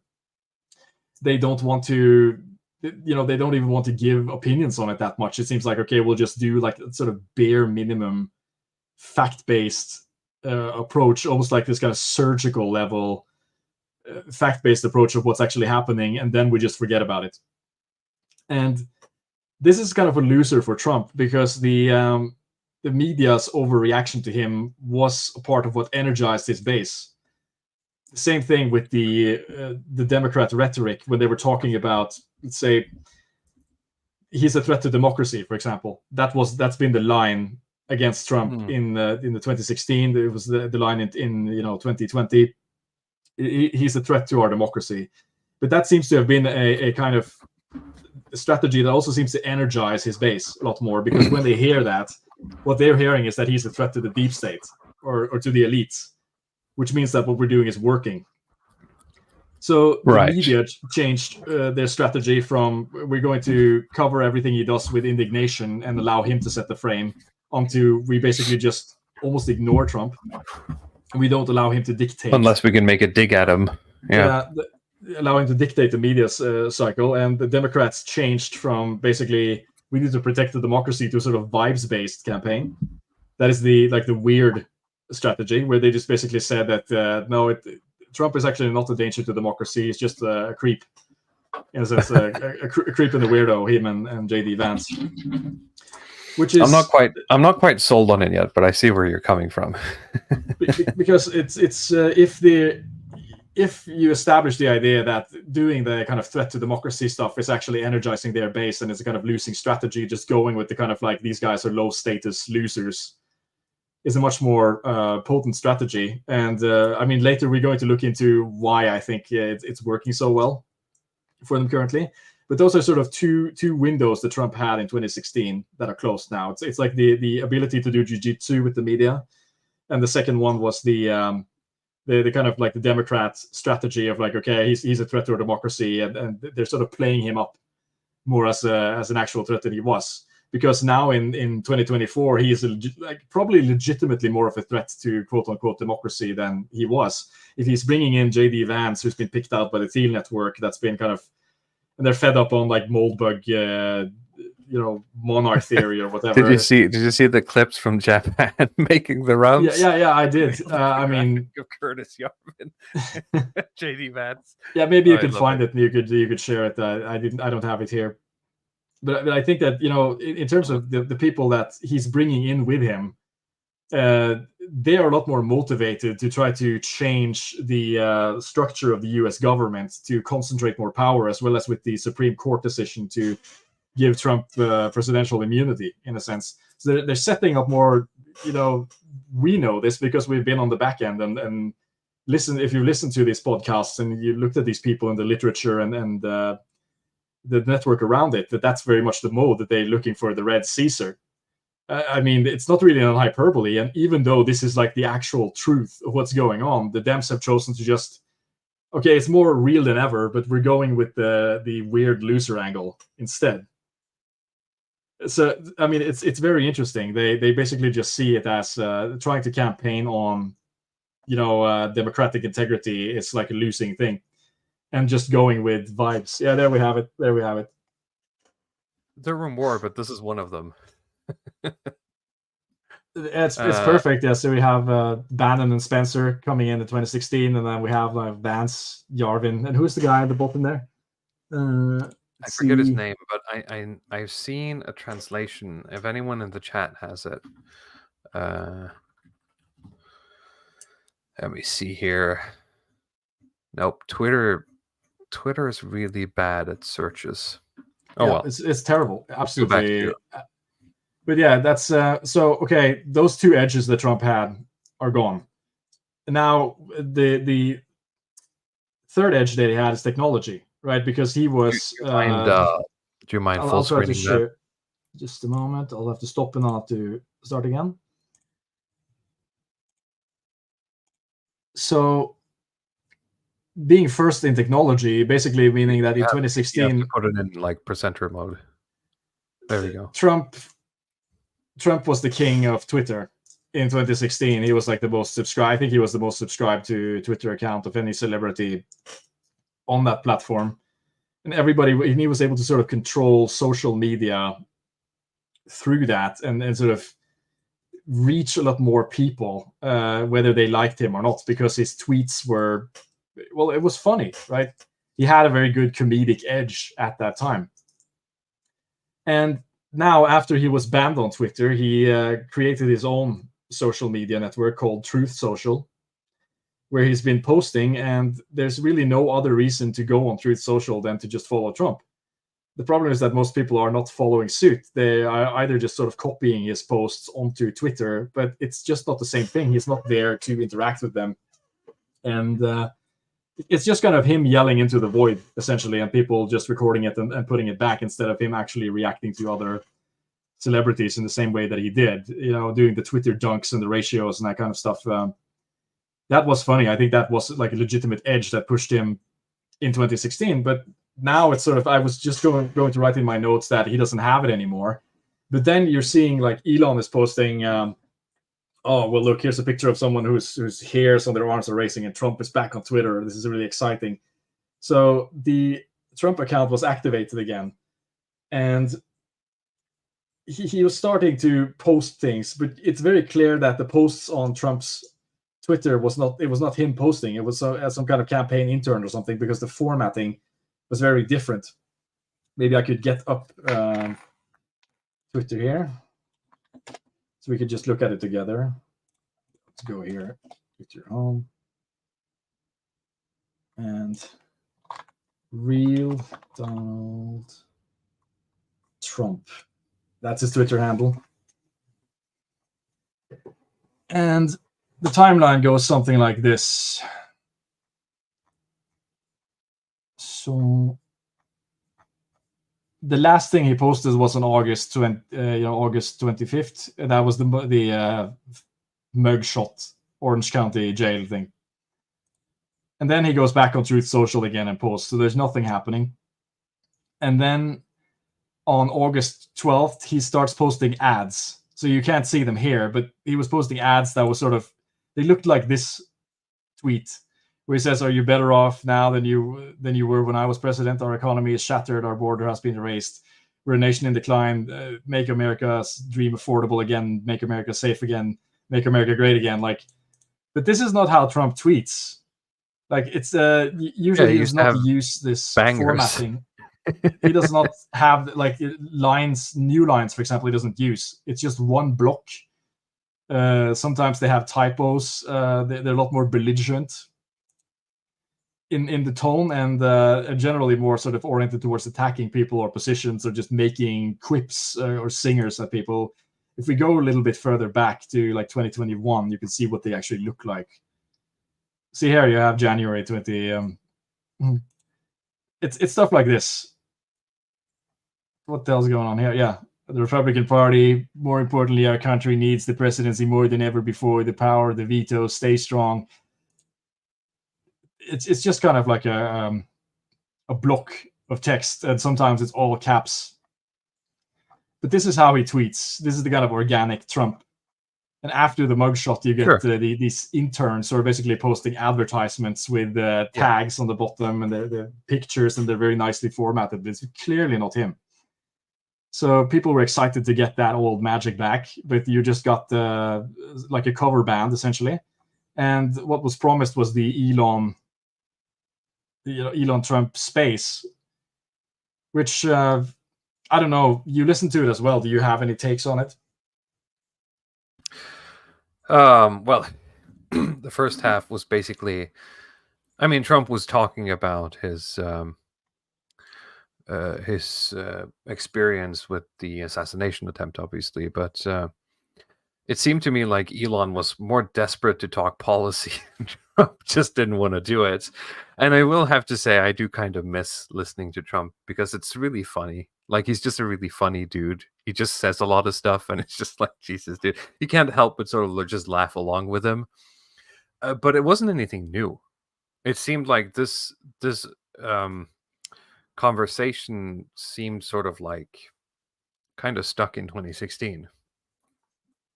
Yeah, I mean, my issue there is that some of the edge that he had in 2016 was that he had the singers and he had the jokes and a lot of that edgy comedy. Like, when he was doing the Republican debates, he would come up with these nicknames and always have like he'd get the last word in. Yeah. Very quick on his feet. He projected a lot of power, but you can clearly hear, like, I mean, he's maintaining good shape for an old guy. That's true. Like, people are commenting on that. Yeah, absolutely. Phenomenal genetics or whatever you want, but it's still clear that he is aged, and he sounded old on that recording. I mean, people were commenting on the lisp as well. So it sounds like people are saying that there was a problem with the sound on the cell phone. I'm not so convinced. More like it's a case of the microphone he used on the phone, sort of enhancing that sibilance rather than him having like a huge lisp.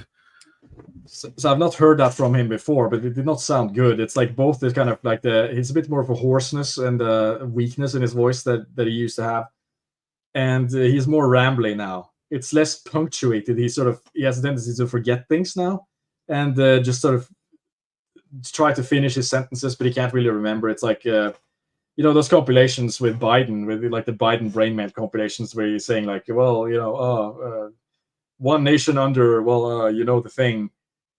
Trump is having those moments now where he was talking about like they put nuclear bombs in Japan and Russia, and like he didn't remember Chernobyl, for example. I think Nagasaki. He didn't, he's trying to find that name, but he couldn't remember it, and he seems to struggle to remember specifics. So he sort of uses a lot more filler words to try to he has to start sentences and try to finish the sentences. And yeah, he's still funny, but it's kind of tedious. I found just listening to him for 2 hours with no kind of punctuation, and there's like you don't have the laughing of the crowds or the crowd interactions. He's just kind of sitting and babbling. It's like listening to a grandfather or something, where it's funny, but it was funnier 8 years ago. Yes. I will say that I thought about it afterwards, and I had the same thought. Basically, you said there is that actually like a long form podcast thing isn't really Trump's sort of strong suit. He's better when he can just throw out these short quips, essentially. And I'm also he doesn't have the patience for that or the kind of attention span for it at all.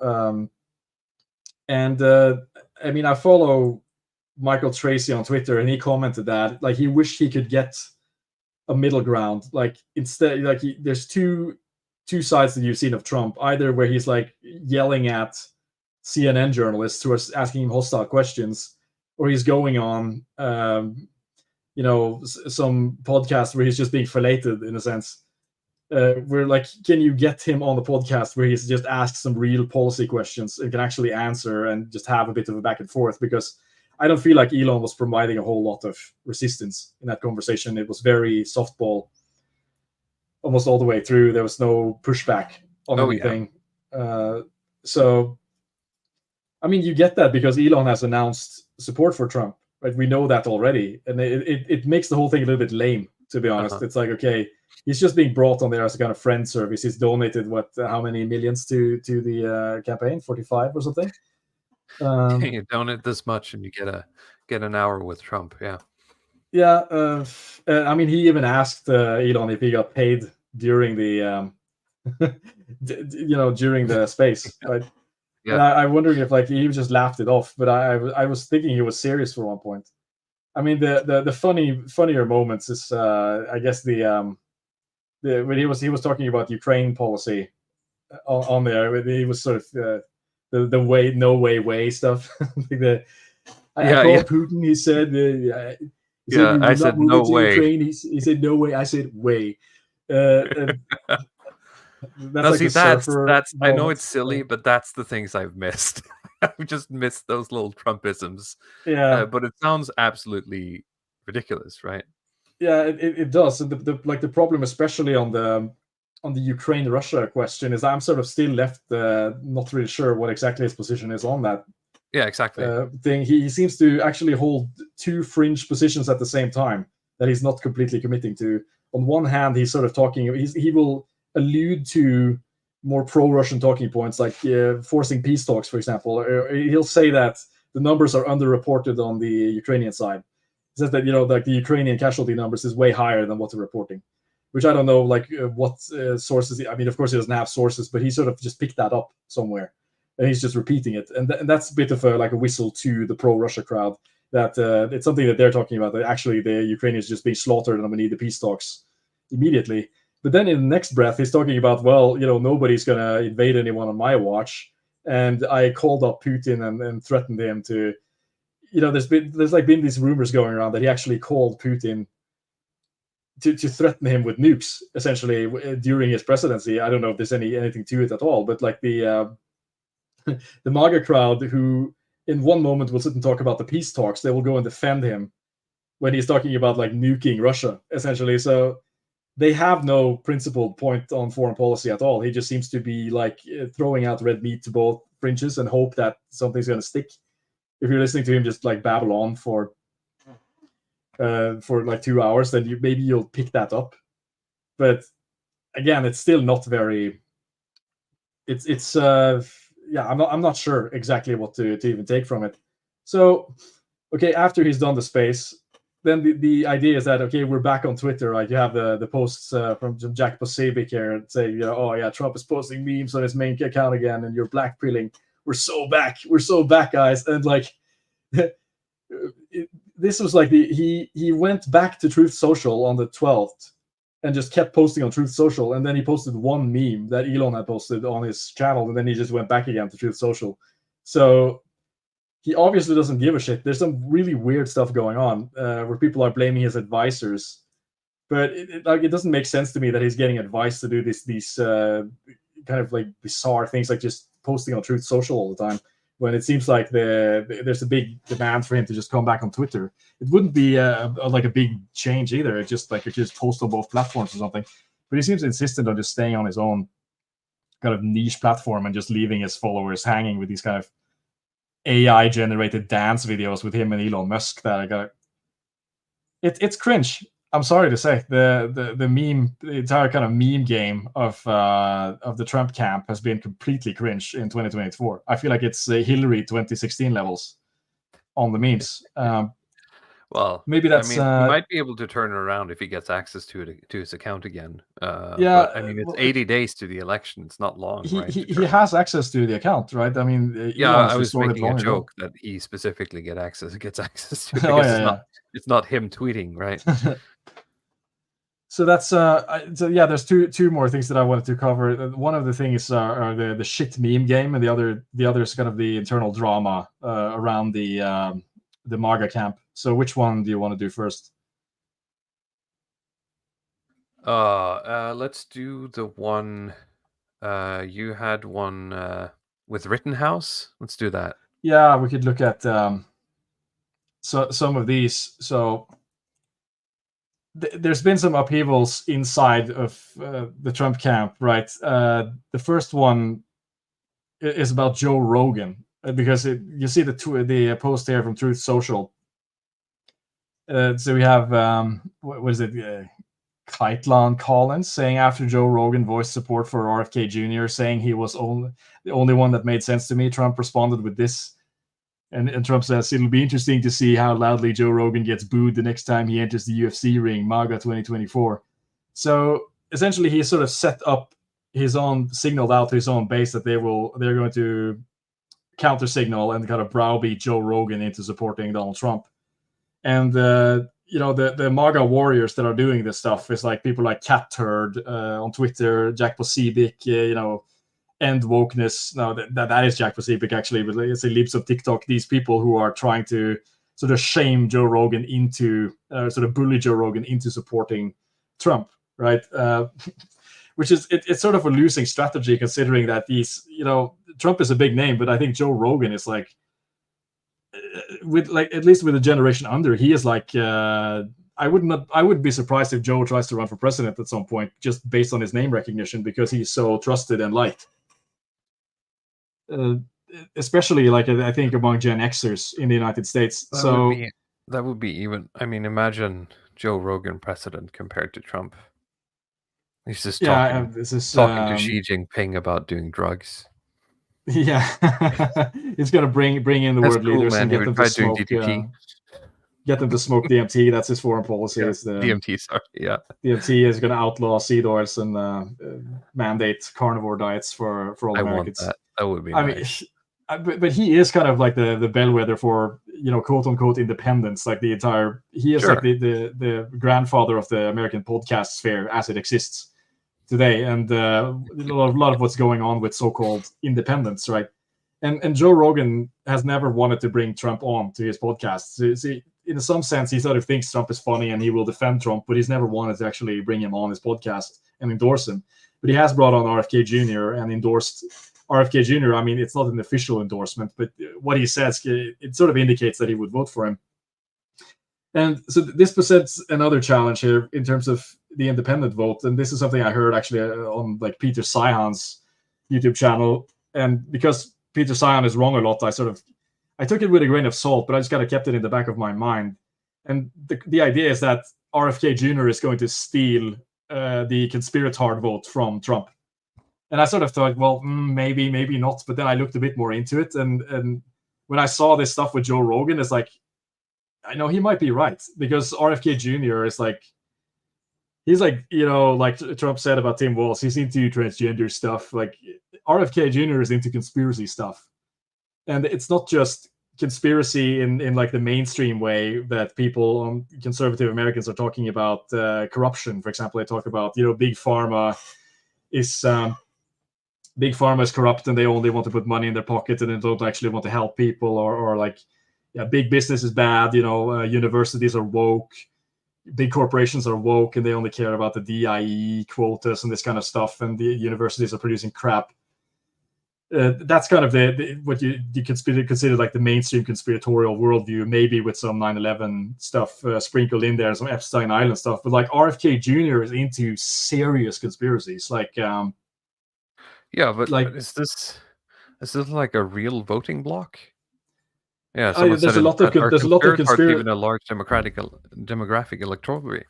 Yeah, I think in terms of swing voters, I certainly think they are. All right, and maybe not a large block, but if the election is close and Trump is losing conspiratards to RFK Jr., I mean that's not a good sign. People thought that RFK Jr. was going to take Democrats' votes because he is associated with the Democratic Party because of the family connection, and he's run a lot of liberal policies.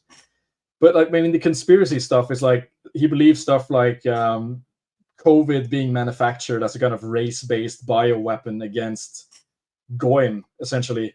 I mean, he's very pro-Israel, but I've seen videos where he's talking about how he believes that the COVID-19 virus is specifically targeted to ignore Chinese and Jewish bodies, essentially, like Jewish genetics, and specifically target like white German and African genes. I'm not even kidding. Like, that's like heavy duty conspiracy stuff. It's not like some vague allusion to pedo elites or something. It's like very specific things. He had another one where he doesn't believe that AIDS is real, right? He doesn't believe that there's no HIV virus. It's actually only like gay people dying of drug overdoses.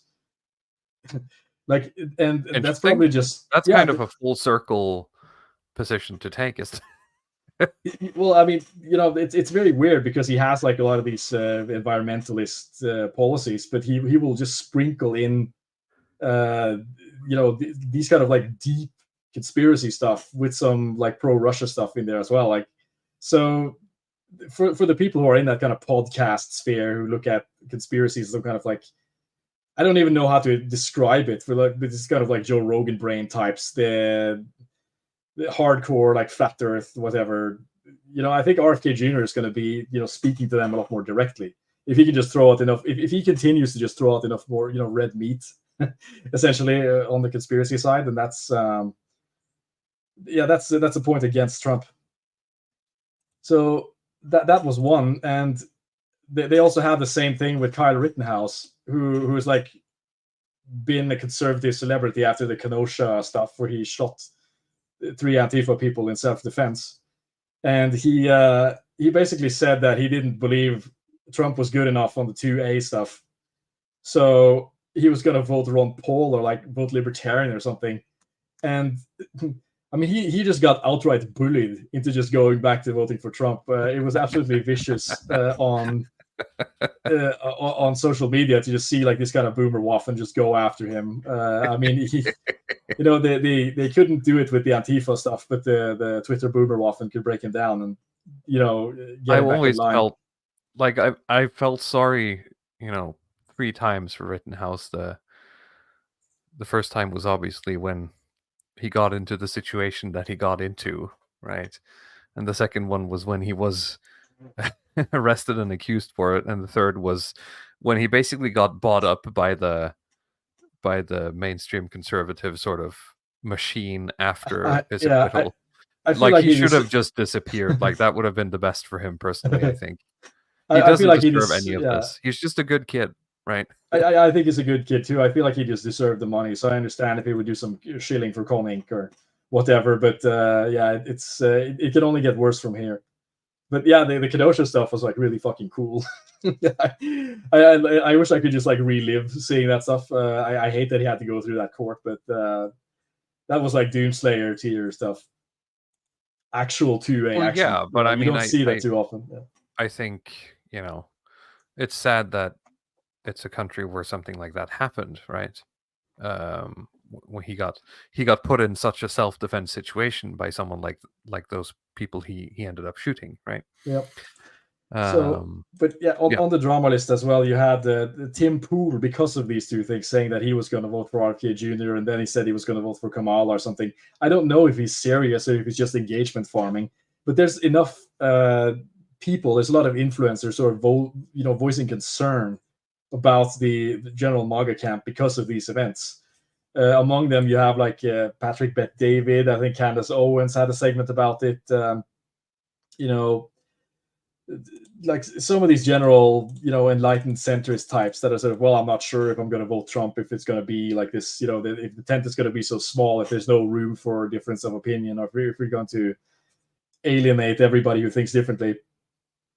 So that's one. The Groypers have also seemingly turned on Trump, launching Groyper Ward 2.0. I'm not even sure about the specifics of it. I was just looking at it on Twitter, where they seem to, like, they're going to go to these Trump rallies to harass Charlie Kirk again or something about like the Trump talking points, which I don't know how much is going to how much they're going to get out of that. I don't think the Groypers are going to be able to recreate anything outside of Twitter anymore. They just seem to have an online presence and a very good niche fan base. But how that's going to translate into actual votes, I'm not sure.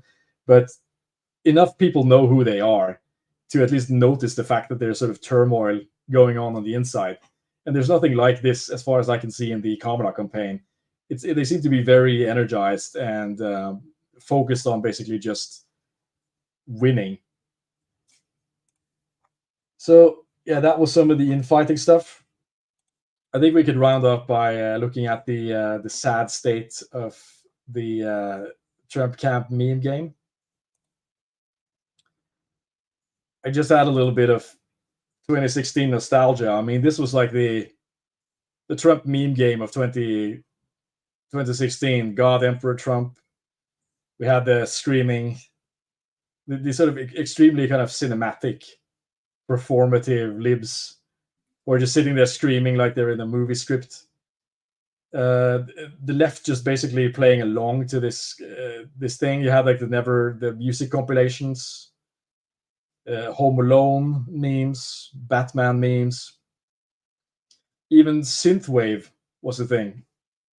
I forgot how cool it was. That was like really big into this cross section between the alt-right and the Trump campaign that they were running. They were making all of these kind of synthwave remixes for Donald Trump, where they had him like in doing the dancing with like the cars and the Tron-based environments. And so it was, liberal tears, hugging the flag, like Groyper, Pepe stuff.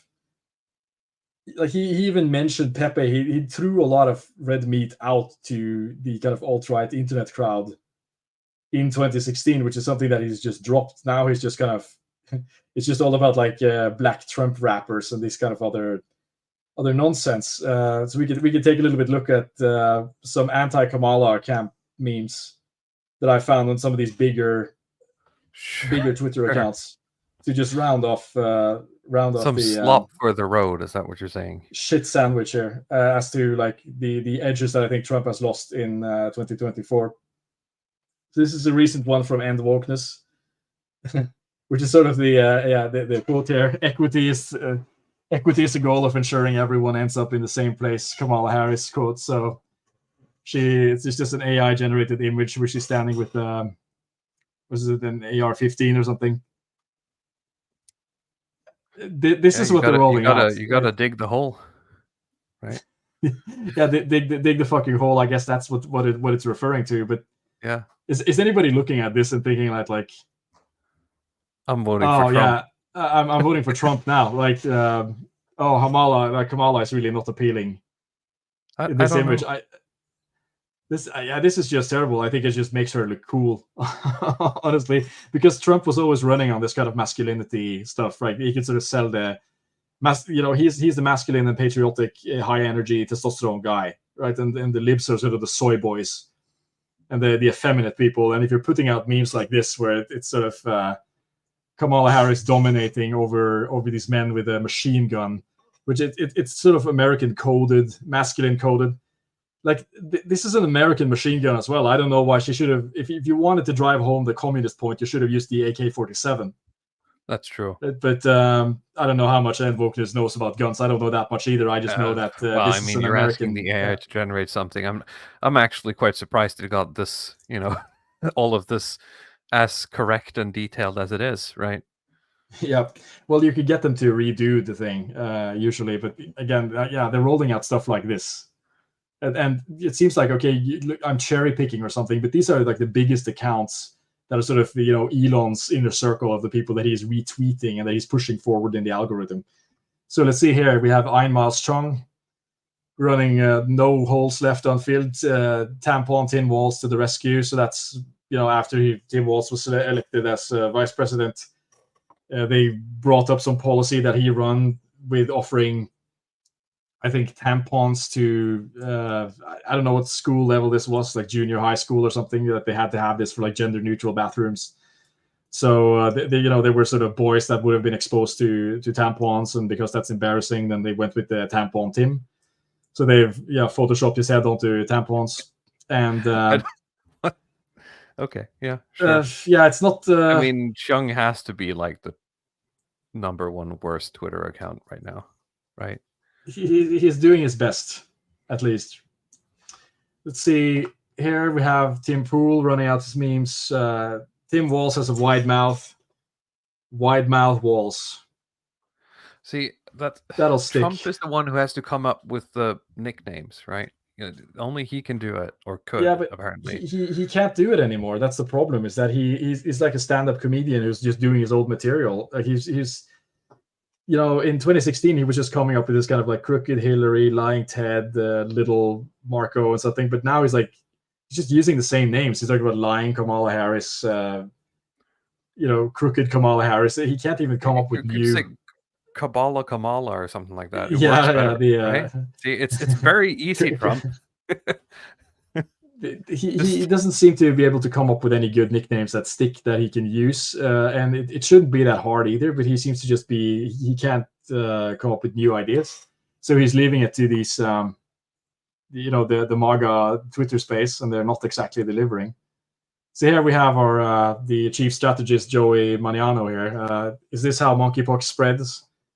So we have the monkey sex image with Kamala and Biden. It's funny because it's monkeys. This is incredibly boomer.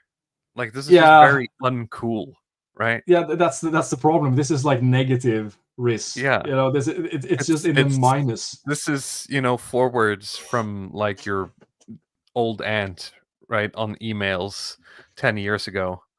Before I don't understand this, because these people are our age. How are they not able to come up with anything better? It's so lame. But okay, we have the kill shot now. Are you ready? Like the real Tim Walz kill shot. So yeah, here we have Sarah Jane Winfoot saying, "Are we really discussing things someone did in their youth?" ? Tim Walz is a proud member of the LGBTQ community, and it's bigoted to question their sexual practices. Who cares if he ingested semen, horse semen, or otherwise? I'm still voting for Kamala Harris and Tim Walz. So they have created this kind of fake newspaper article where, the premise is that there's sort of like this kind of neighborhood bet where, if you lose, you have to drink horse semen, and that's a picture of Tim Walz there. A Limp Bizkit situation. Yeah. But this never actually happened. It's just something that they came up with because the Kamala camp had the JD Vance fucks the couch meme. And that was it was not that was also fake news, but it's something that they were able to seed somewhere. That they claimed it was part of Hillbilly Elegy, the book that he wrote, that he had sex with a couch at some point, and Tim Walz was able to make a reference to it in one of his speeches, right? And they actually landed. So they've run out the counteroffensive. Is that okay? If you're doing the couch fucking, then we're gonna do horse cum. That's the thing. So but it's not true. Is that? It's not true. The couch stuff was also not true, but they laughed at it.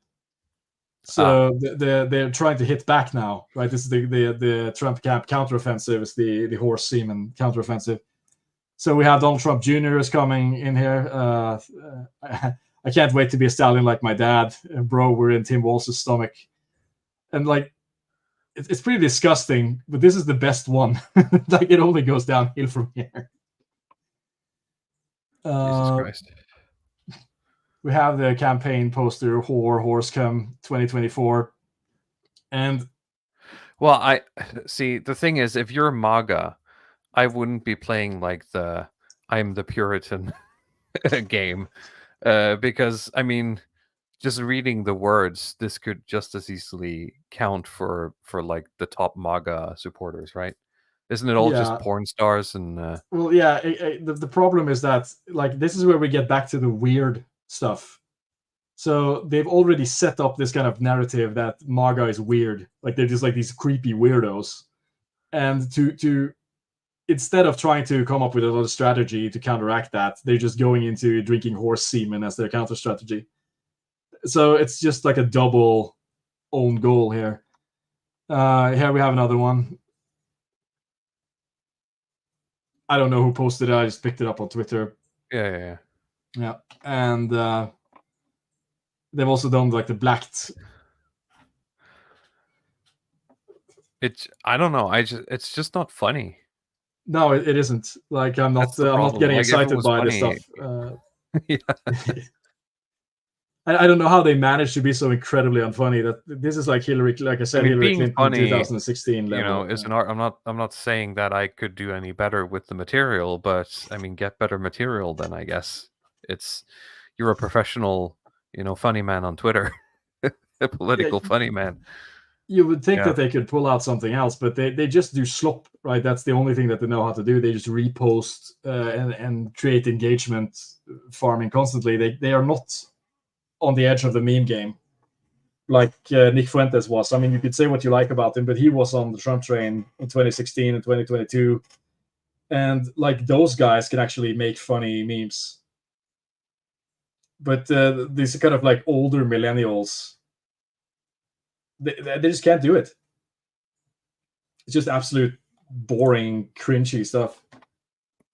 Very strange. So, yeah, I think that was the whole thing. I mean, there's other things I could go into, but I don't think they're terribly important. But just to summarize, I think he's lost the Twitter edge. He lost the media dialectics edge. He's lost the meme edge, and yeah, I think that was that actually. Time will tell if he actually has just his edge, mentally as well. Still, yeah, and the high energy stuff is kind of lost as well. Yeah. That was the 2016. I'm the high energy candidate, and everybody has this low energy. Well, he's come across as quite low energy himself, right? Or the lock her up meme, right? And they were doing remember they were doing the Hillary chants, lock her up because of the email server, and he was going to put her in jail. But now he's the convicted felon, and Kamala Harris is like the criminal attorney. So I wouldn't be surprised if like she runs some kind of like lock her up, lock him up, lock him up, against Trump.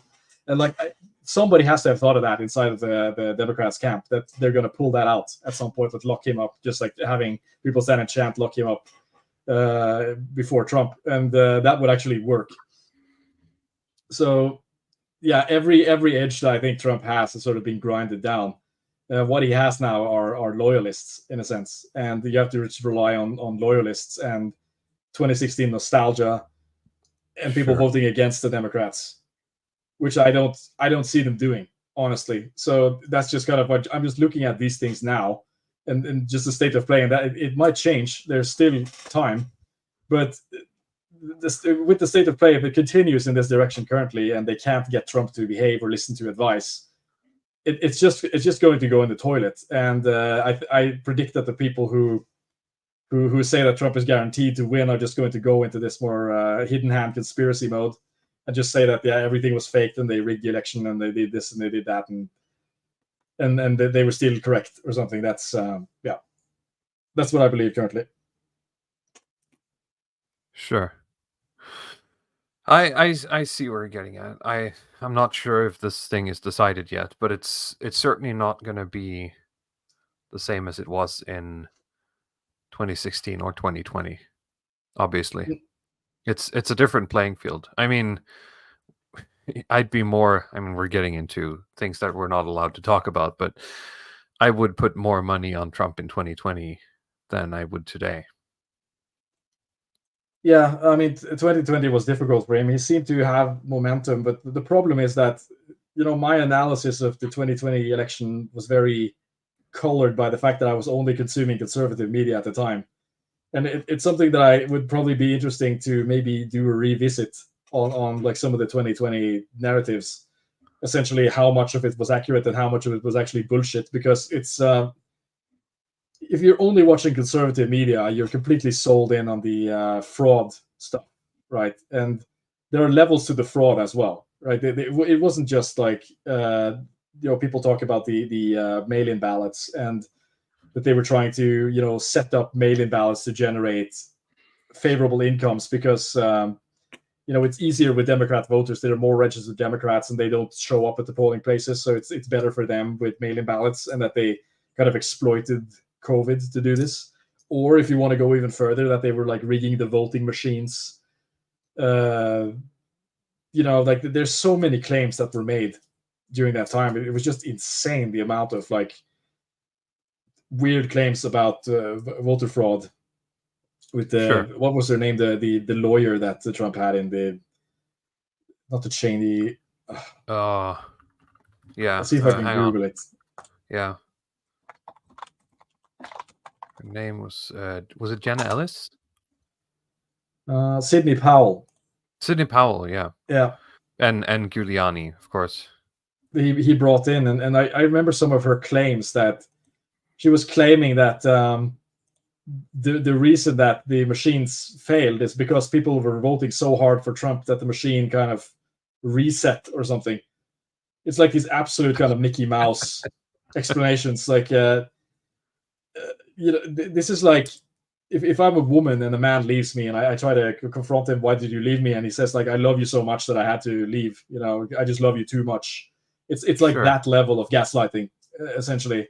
When you hear stuff like that, it's like, Trump was getting like 50 bajillion votes and the machine just crashed. I think with 20, I am not allowed, I think, by the rules of the platform we're speaking on, to comment on the 2020 election. I think we'll just leave it at that. Are they still, because it was very contested at the time, but now it's like history, right? Yeah, but I think YouTube is still quite wary on that stuff. Yeah, okay, we'll find out. It's my fault then if it. No, if I mean what you're saying is banned. okay, but the rules of this platform prevent me from speaking honestly, unfortunately. Yeah, but I mean, of course, it would have been at least interesting from my perspective to go look at some various media sources and look at the court that cases would be again. Interesting to see in regards to these and how plausible it actually was. How much of it was just bullshit. Yeah. Because it's easy to sort of radicalize yourself into a corner and just go absolutely nuts with this stuff. I mean, some people just went off the rails after that election and they never came back. A lot of people went off the rails, but at the same time, I don't think we should forget the New York Times article that sort of made it quite big, talking about how the election was secured. Yeah, I mean, they were very clearly talking about coordinating and just shutting Trump down after that stuff. But like the Dem narrative that when I'm watching videos now and like looking at how they're talking about it, they basically believe that Trump lost and that he was trying to rig the election in a sense.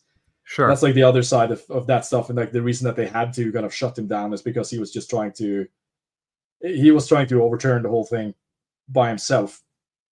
So, I mean, sorry, I need to just go back. It wasn't the New York Times; it was just the Times. Two different, or one is a magazine and the other is a paper, I suppose. But some people never came back, right? I mean, I even remember myself at the time talking to people and saying that Trump was going to be put back in after Biden had been inaugurated, like 2 months later, that no, Trump would actually be set back in. They would reverse the electors or whatever, and Trump would be elected as rightful president. And I remember people were talking about this 2 and 3 months after it had happened, right? And I feel pretty dumb, honestly. This is kind of the result of like when you're just consuming sensationalist, paranoid right-wing media, you end up with these kind of absolutely bizarre conclusions that I think. Yeah. Duck Gag is asking which it's the Time magazine. It's not the Times. It's I'm tired. I'm mixing them up. Yeah. It's Time magazine, and the name of the article is "The Secret History of the Shadow Campaign That Saved the 2020 Election" by Molly Ball. I think if you just search Time Election 2020, that's the first one that's gonna pop up. Election fortification or something. That I think that's where the term fortify came from. Maybe, yeah. All right. Well, we've been going for 2 hours and almost 10 minutes. So that's really a Longhouse for the ages. We're almost at like one of our old episodes now. We just keep it going like an hour. Yeah. One more hour. All right. I think it's time we round this off. Bloody Path, do you have anything you want to share? Yeah, you can follow me on Twitter. As usual. So, but yeah, again, thanks for tuning in, and we'll see you next week if nothing else comes up. Yes. For anyone who is in Norway, anyone who is in the north of Norway, Ludwig and I will be appearing at an event there at the end of September, which is organized by the Conservative Students Union, something like that it's called. So if you're a Norwegian and you're listening to this, check out the website for this union. I'm posting this in the chat right now. And if you are close to that arrangement in northern Norway, consider showing up and listen to our talks, and you get to meet us as well. Other than that, you can follow me on Twitter, where I mostly just shitpost these days. But if you enjoy it, I do believe my shitposts are pretty good. Please, of course, like, subscribe, retweet, do all that stuff. Helps us in the algorithm, keeps the light on. We're also paying to stream to Twitter now, so it's the cost of streaming has actually gone up this year. Yeah, I think that's everything. Thank you for watching. Thank you for listening. I hope you have a good rest of your day, and I hope you have a good weekend, and we'll see you next week. Bye-bye.